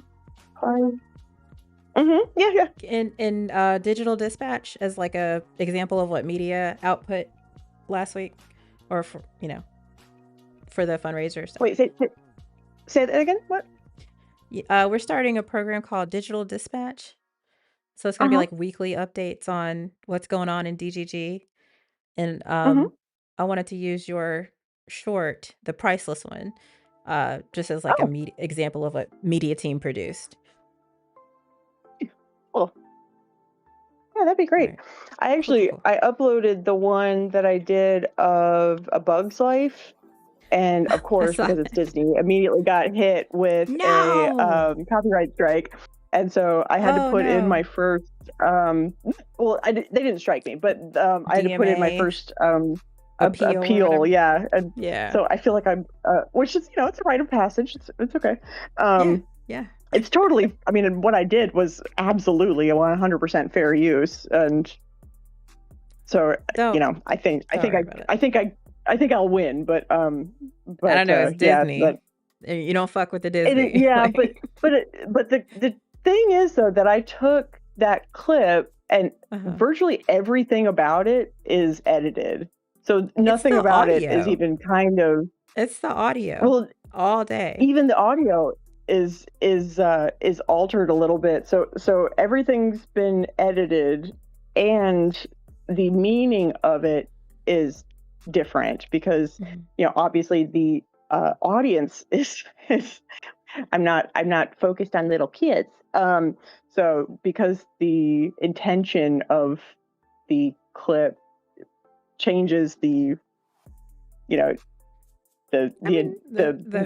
The way that I did it changes the intentions meaning to be totally different. I made the argument that it's totally fair use, and I wrote maybe a snarky little part about if the owners of said piece of media would like to maybe not have this administration be stuck under the thumb of this administration, that maybe they should you're sweet to think that anybody reads them. Maybe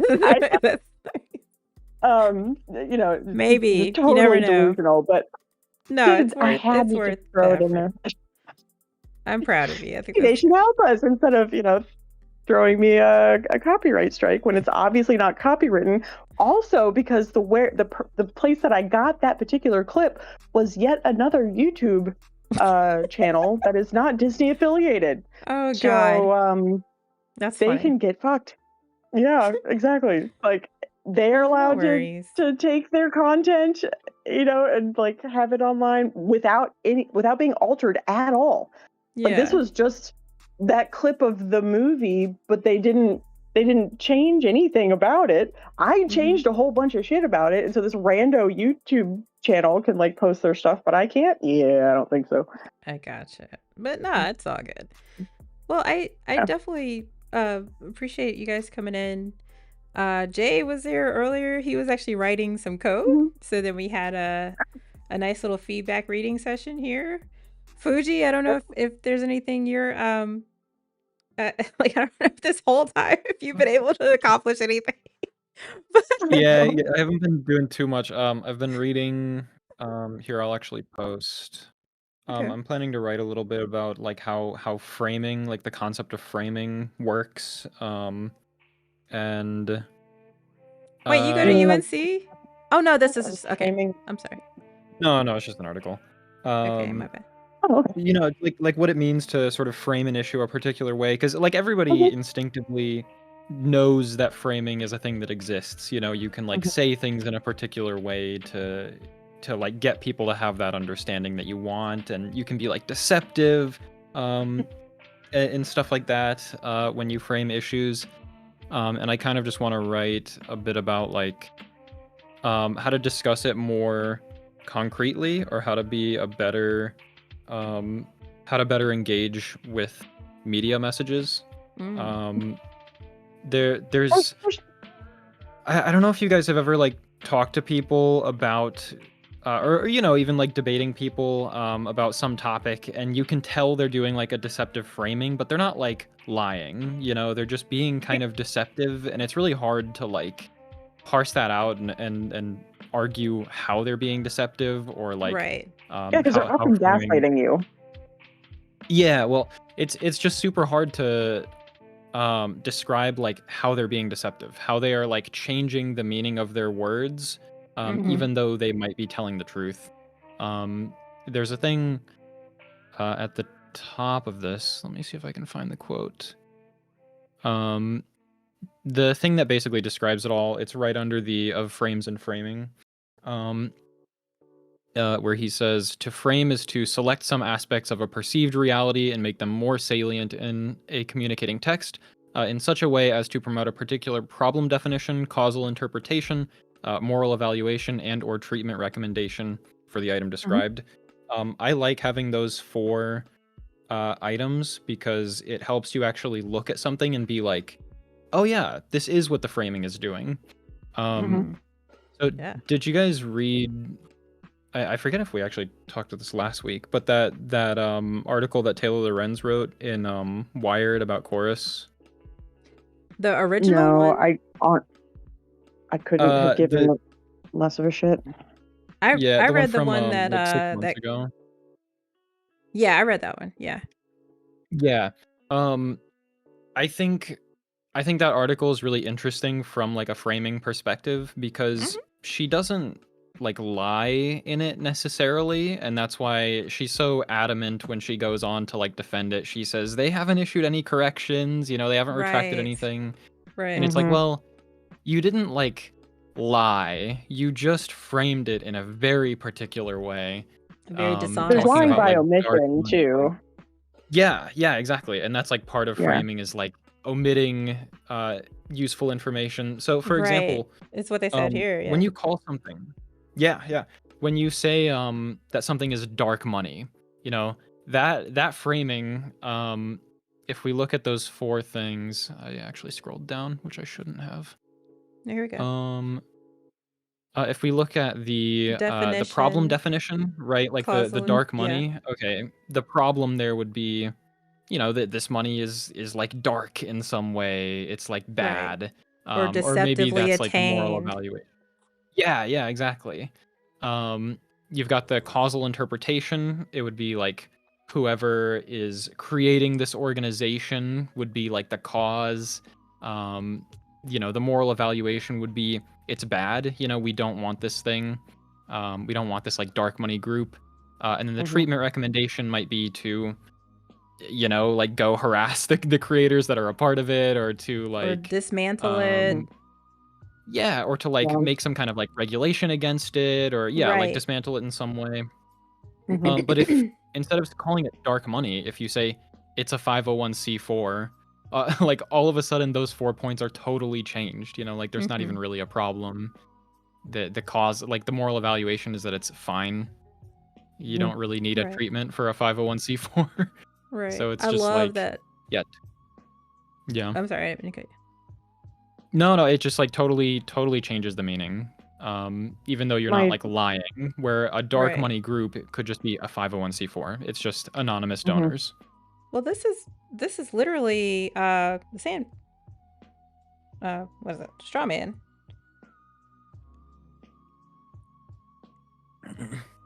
Definition. So it's when you yeah, in a way.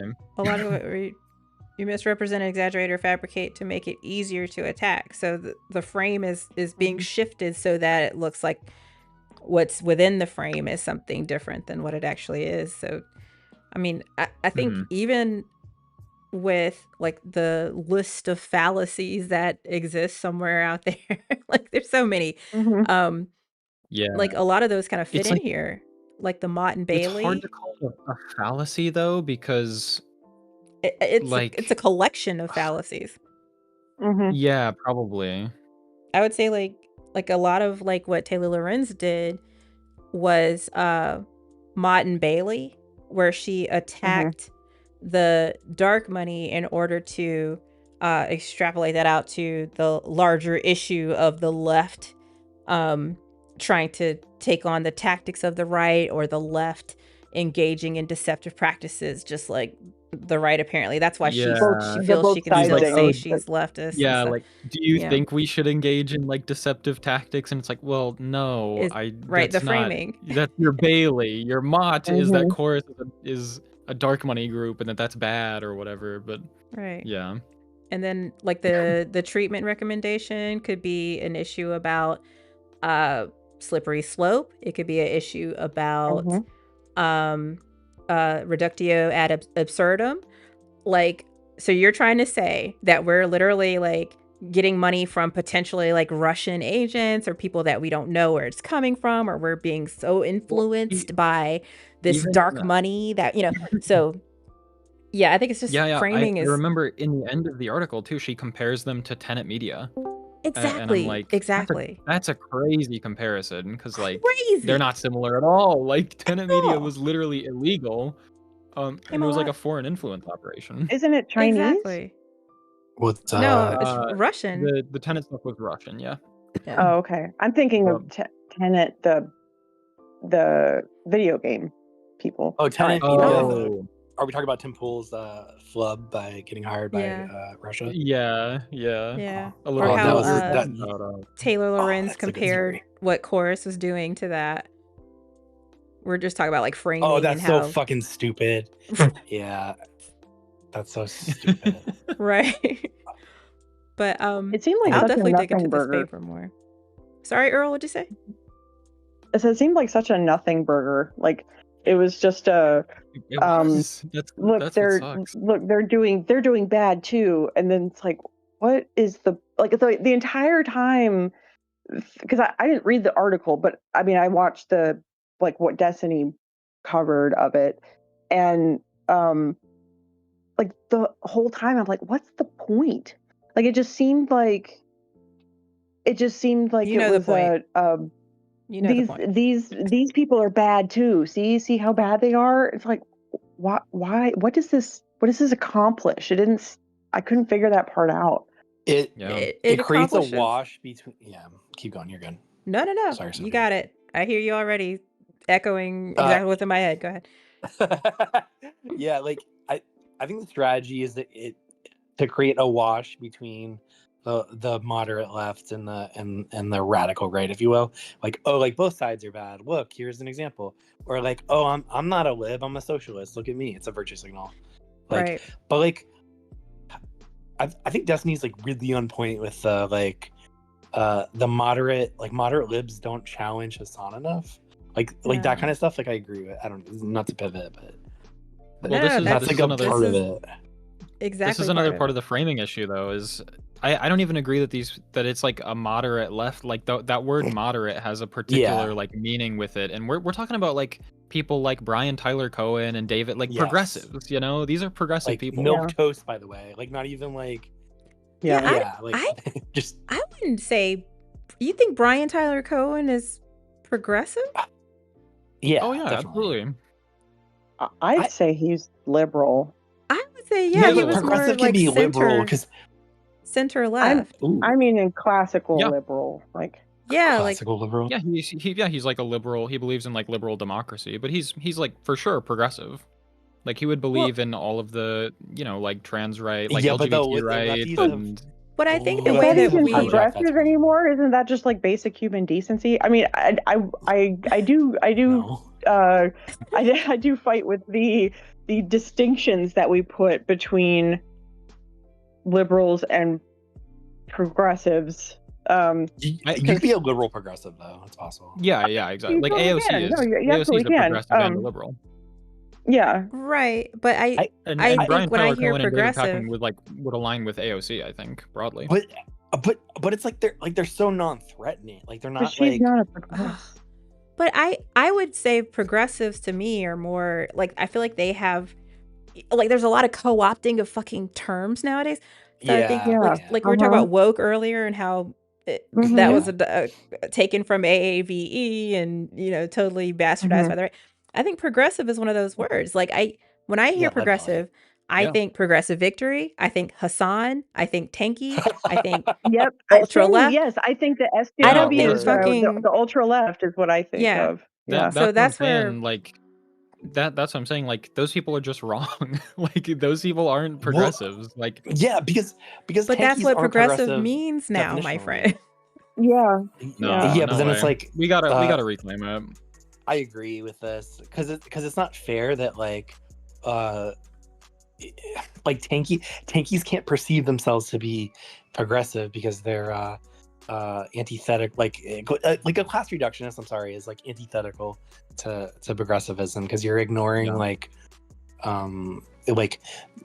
cultural differences and like that kind of stuff, like you're ignoring intersectionality rather Yeah. And tankies by like end stage tankyism like is authoritarian at its It's core. horrible. Like Well, And even progressivism is tanky, anti-authoritarian. That's like one of the main cornerstones. but even Mhm. tanky, Vosh like is the pure definition of tanky, which I just learned like last week, by the way. The pure definition of tanky is someone who is so pro-communist that they would love to Yeah. see the actual tanks run through the streets to get rid of capitalism Yeah, like and Tiananmen institute Square. communism. Yeah. But I don't think that Right. the average person that we would call a tanky necessarily believes that. I think that they're just more, again, like in the Hassan camp or just a little bit more left than we are. I agree. I think Hassan believes that for sure. Well, I Sure, but- actually. Sorry, go ahead. In common nomenclature, a tanky is just somebody that supports like China and or the Soviet Union and or like Russia, like that kind of person. So like, But I don't Hassan, know. like, I think I don't there's even plenty know of that tankies. a tanky. I don't think a tanky actually like is pro Russia necessarily. Yeah, I wouldn't say but that. they certainly they to me I hear tanky and I think more like socialist, communist. Socialist, yeah. I think you could be like Vosh isn't a tanky. Like say what you want about Vosh, like he's not a tanky, right? Like no, I don't like think he's a tanky. I think what separates Vosh from like Hassan is like like Vosh openly hates like I have a lot of problems with Vosh, like blah blah blah. But like Vosh openly hates China and like openly hates Russia, right? Where like I think that a tanky like definitionally like has to like those things. Like the main through line for tankies is just being unprincipled or like uncritically anti-West and anti-US. So like Russia right now, they're the anti-America, like America bad. America is just a colony, a colonizer, and that's how I perceive it's like the them. through I line, mean, it right? I is. think more like South American sort of. I think more South American when and those sort of dictatorships and stuff when I think of tankies that are maybe in not so much actuality the China or and the- definitionally. But again, I think when I say or when I hear like on Destiny streams or whatever, when they say tanky, I think they're literally just talking about like far left people. I don't think they're necessarily espousing that belief system to them, you know? Yeah, because I don't think that anybody, at least in the United States, because let's be honest, most people's knowledge of geography fucking sucks. So I don't, and we have a super, like the U.S. in particular has a super U.S. centric thought process where we don't even consider that the rest of the world like exists. I love that map that some comic drew. That's like, what the U.S. actually looks like, and then what American citizens think that the world looks like, and like it's just the U.S. but like wrapped around the globe. Like, nothing else actually exists. I mean, as I've been saying this for ages, none of these MAGA fuckers knew they couldn't have pointed to Venezuela on a map. Or Iran 8 months ago. Where's the Strait of fucking Hormuz, friends? Yes. Right. They had no idea where any of this shit was. And now it's like, now we're literally kidnapping a leader of a sovereign country and they're all on board with it. It was at that moment that I was like, and MAGA have no principles. Oh God. The through that line, was it?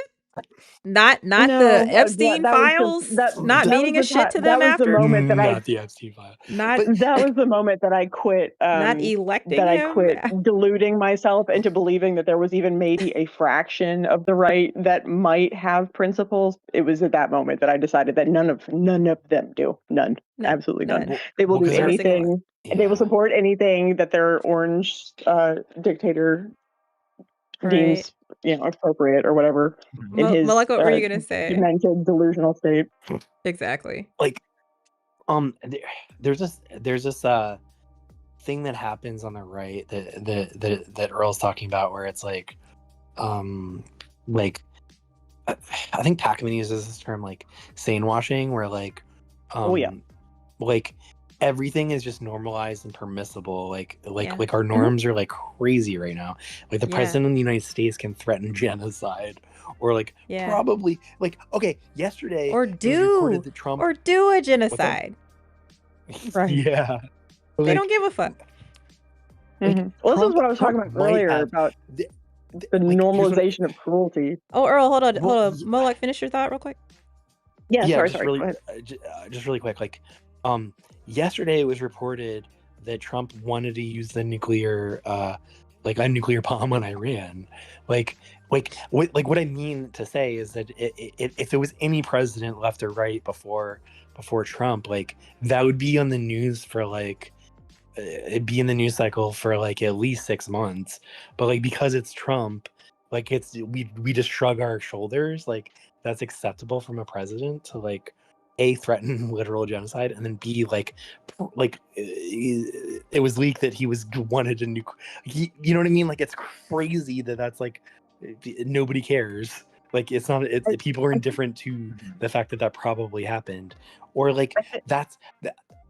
I called that's it. That's why first when of the all. center left defense Hassan, I fucking it's like called that shit. It's like I run into this issue where sorry, I'll be like super brief, but no, you're fine. Go ahead. When Hassan says like we have this problem as Americans right now, where like I don't know how to say it, like scaling and like this person is no longer credible because they said a thing. Like I think it's totally fine to like reject somebody who says a bunch of shit that Hassan has said, you know what I mean? But it's like, how do you say this? Like you're saying we have a problem. We continue to see people as credible way past the point when we should stop seeing them as credible. Because because it's like or like have a platform, I guess, maybe, because it's like because then you're normalizing like insane shit, and like it's the problem with it's the problem with people that passively engage with politics. It's the problem with like people that consider themselves a moderate, because they're really low information voters. It's really like the passive voter is the issue. Like, you want to know what that's called? I think it's a social media problem. What's that called? But you want to know what that's called? What? It's called stochastic terrorism. It's where he's not actually doing anything. He's not actually, well, he is now, but he's not actually saying, using rhetoric. Oh, let's go kill all these people.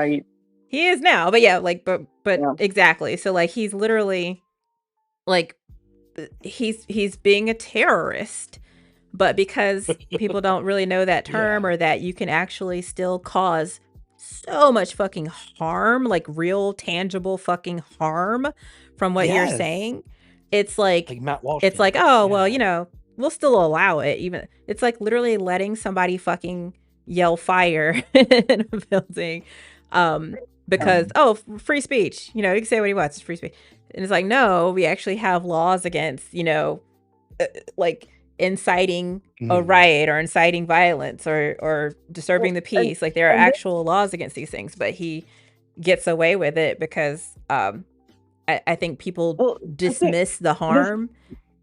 It's cynical. Yeah, this goes right into my point, is that there's been a normalization of cruelty, and I mentioned this earlier, but I think what's even worse that just dawned on me is that the normalization of his dementia the massive cover up that this administration has engaged in with his mental illness, the fact that they elected a person with personality pathology, and we've just let that shit slide like it's fucking normal.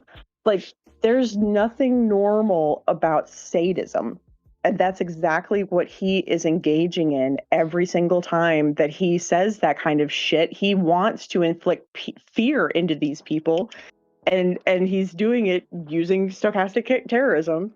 And he's invented this shit in his fucking brain because he literally has dementia.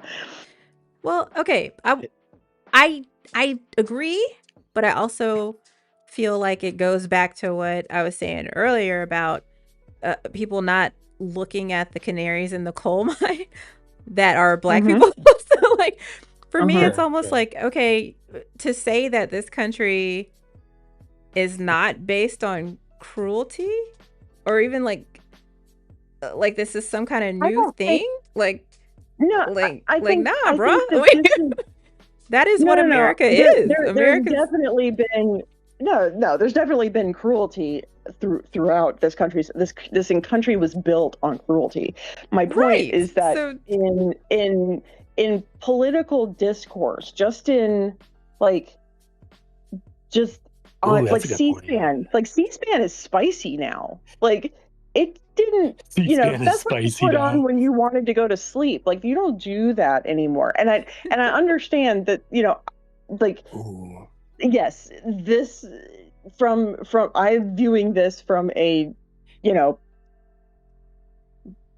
certain perspective, but like, this is the insults that Trump engages in with just normal people, but I'm saying, oh my god, the shit that he did with Reagan wasn't that long ago, and we got welfare queens from him. So the cruelty, like, while I think we were on a downward trajectory. It's always ramps up every time that there's a Republican in office. Absolutely. Go ahead, Malik, what's up? It's not unprecedented. I'm not saying that. I'm just saying that it's at a point now that it's like it's shocking to me. You know what I just guess. thought about? You know what's that? Okay, hold on. Okay, 2 points. One, I think America fucked up during Reconstruction, and like MAGA is kind of like the residue of that. But then, like, we should have like deconfederized, quote unquote, or however you want to say it, like the way that like Germany dealt with like its Nazi problem after World War II, right? Because like I'm sure there's like Nazis in Germany somewhere right now, but like Germany did a lot to like Nazify.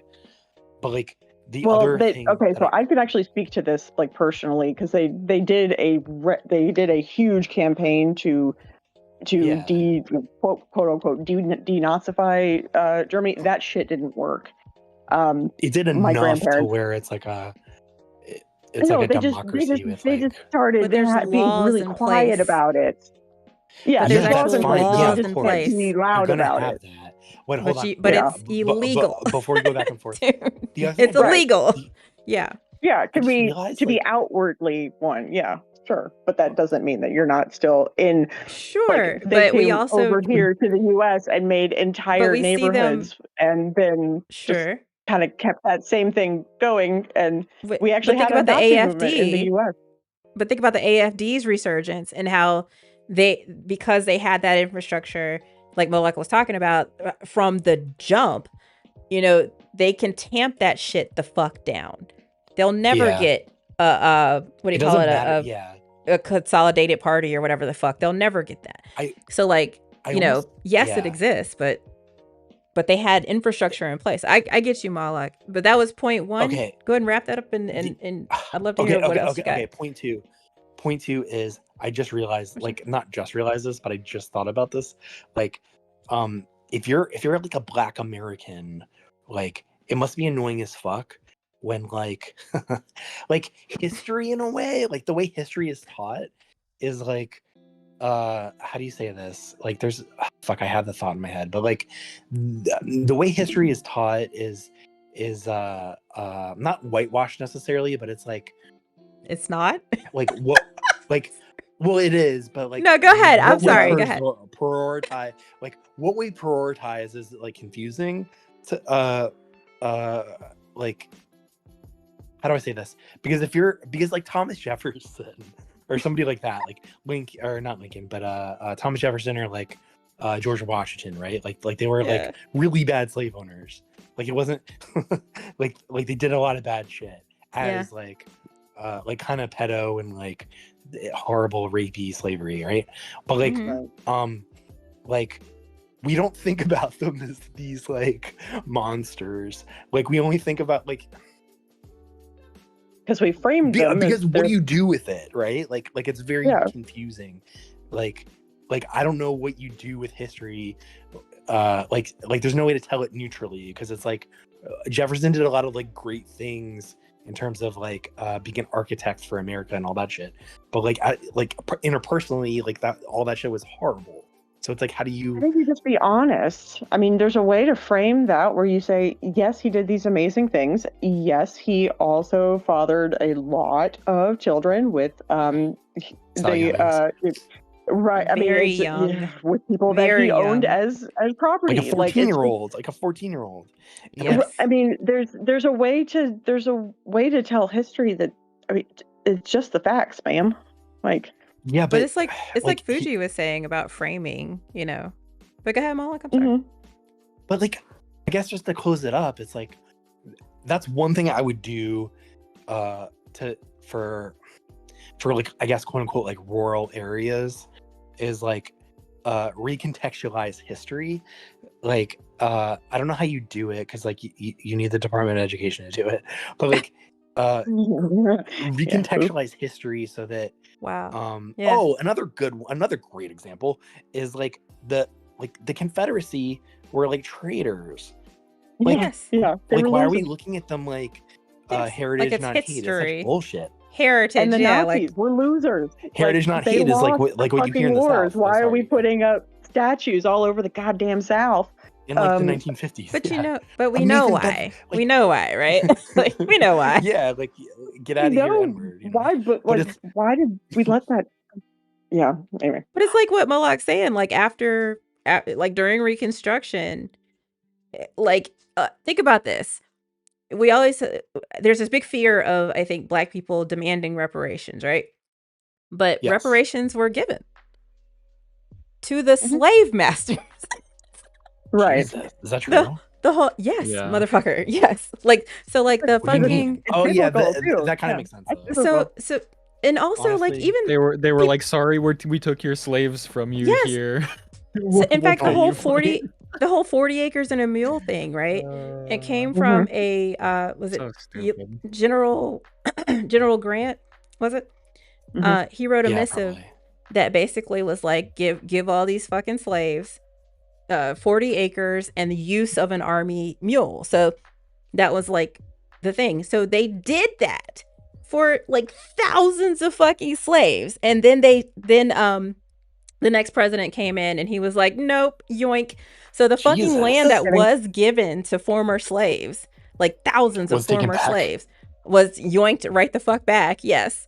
After they Jesus. prepped it, plowed it, tilled it, Did all prepped, the hard work. Yeah. right. So, and same thing they did Yeah. with the fucking Indians. So who's surprised? But like, it's Mhm. it's insane. And then like the Homestead crazy. Act. I don't know if you're familiar with Yeah.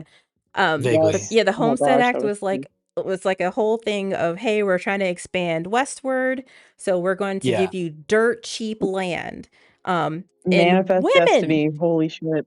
right? Women were able to take advantage of that before former slaves were.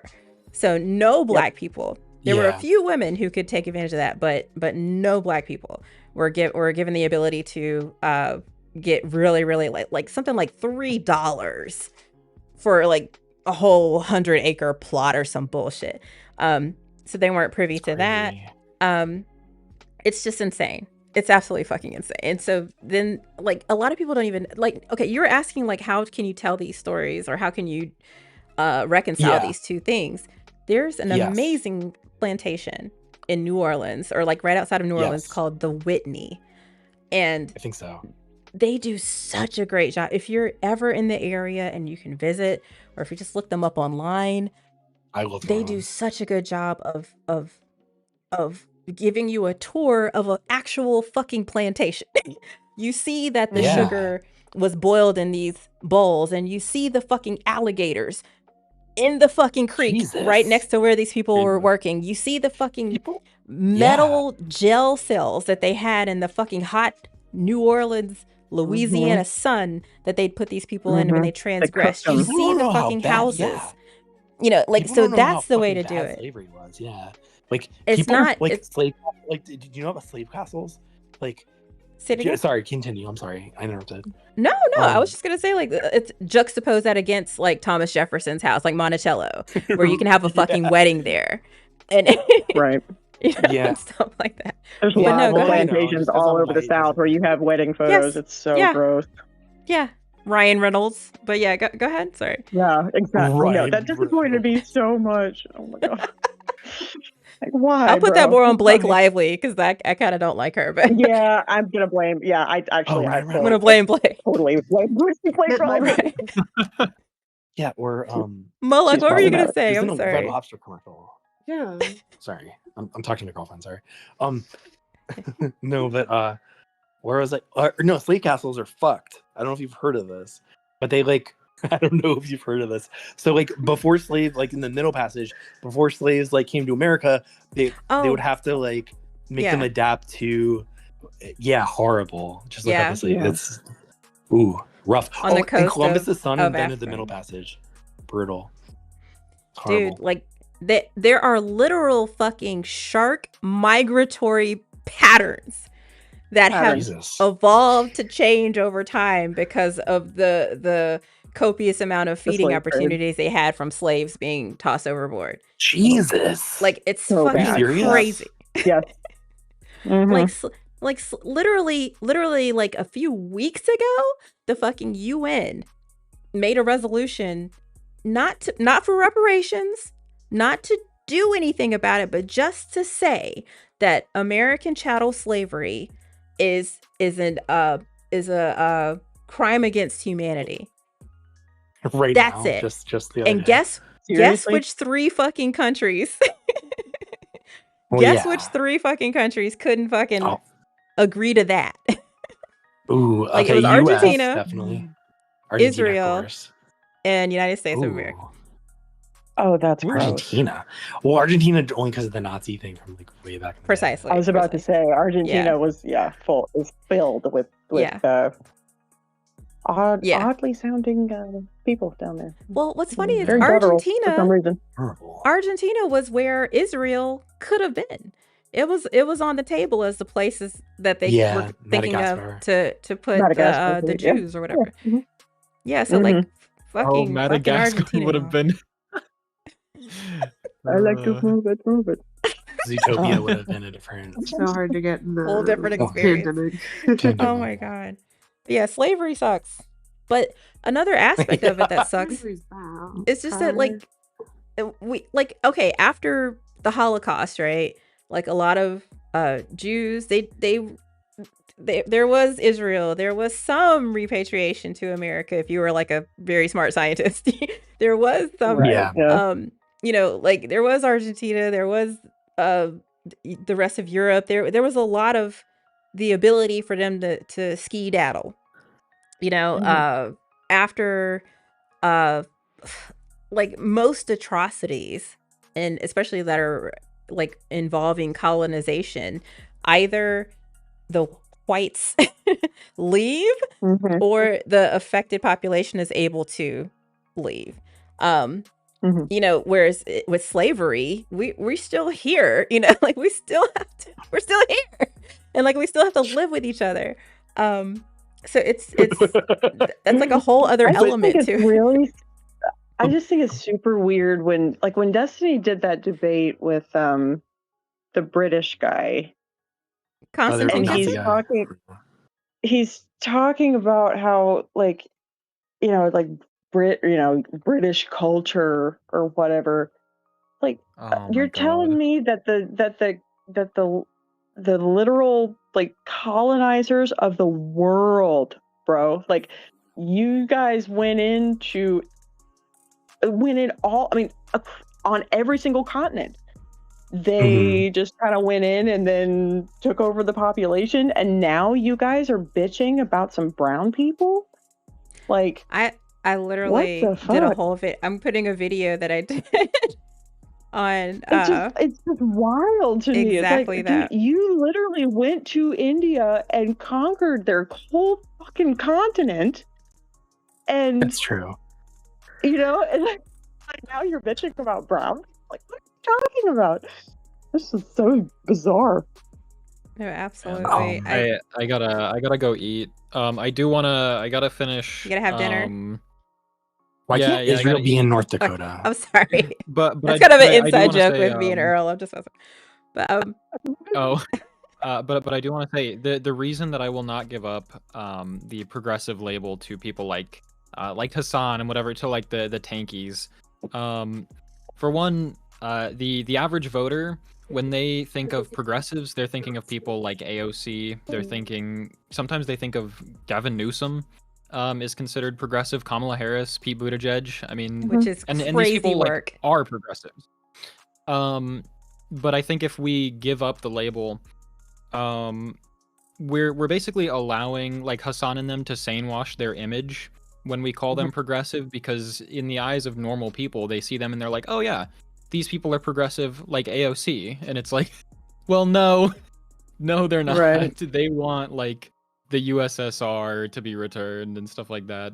I mean, like I was saying earlier, I don't think that, when I was using the term, alphabet community, I don't think that we should let the right tell us what kind of words we're allowed to use. And so, yeah, it's just going to be a pejorative. There needs to be a really aggressive propaganda campaign to retake that moniker. However, if that's going to be, there needs to be action behind it, or it will fall to them. Yeah.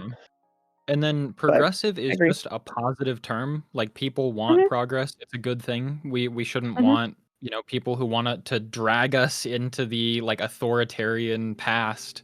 These like tankies. These people aren't progressive. Like, they don't want to push us to the future. They want us to go back to like the USSR and the fucking spheres of influence. They want to drag us 50, 60 years to the past. Right. Oh, yeah. Wow. Everything that the very far left and the very far right want, the things that they very often advocate for are the things that exist currently in failing like third world countries. And I don't understand why they don't see that. Yeah, I mean, it's just fucked up. But yeah. Well, I'm not giving up the label. Well, here's the thing, like, we'll just keep doing the work. We're here, digital ground game. And I think as the mirror is shown more on these people, or as the spotlight is put more on these people, and they are kind of run through the court of public opinion, because again, like we were talking about, like with some of these like far right atheist communities, like they're so tiny. They weren't far right, they're far left. Yeah. But like still like they're a tiny little big fish, grouping small pond in the scheme of America. So I think when America at large starts to really see what these folks are about, I think they'll understand, and I think that they're getting their comeuppance. I'm seeing all the different pieces coming out about Hassan, and look at the fact that we just out fundraised Progressive Victory, who is bastardizing that name. Oh yeah, we did. By fucking in a big way too. We spanked them almost it like 8 frustrates the hell out of times. me when these when these articles are like, you know, progressive commentator Hassan Pai, and I'm like, this dude, No. he hates women. He's like racist. Right, He right. like, how is this dude He's a progressive? literal apologist for Hamas. Like, what the Yeah, Jesus fuck are Christ, these right? like people gladly. thinking? It's so frustrating. Like It's people just just brainwash the wild to fuck out me. of him. Yeah. But, Right. So Yeah. let's just keep up the good fight. You know, everything will come out in the wash. As long as we just put our heads down, do what we got to do. The objective is just to get some Dems in office and Yes. Yeah. take our Go country Virginia, the by fuck the way. back, yo. Right, exactly. Go Yeah. Virginia. I'm really proud of them for redistricting, and wasn't there a race recently that was there a race in Virginia in as well? Virginia? I know they had the I don't remember. redistricting thing, but Was it their Not governor? sure. I am gonna hop out though. I don't know if I'll be here next week just because I'm in office. But you know, it depends how late you guys go.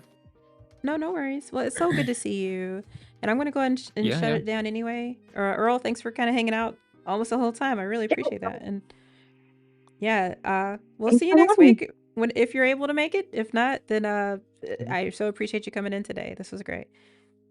Yeah. Yeah. Thank you. Oh, Right. I was actually curious. How does the debate night stuff? Do you like stream that somewhere or? Yeah. That's Right on this channel.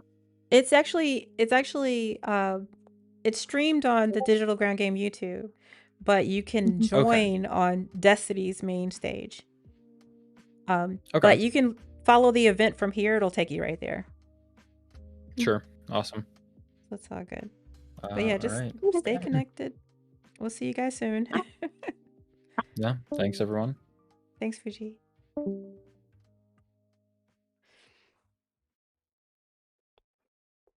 All right. Thank you guys so much for popping in. Really appreciate you. We'll see you next week. Also don't forget to come in on Saturday. We have Subversion School and we have debate nights. So that'll probably be the next time I see you guys. Thanks for watching. See you later.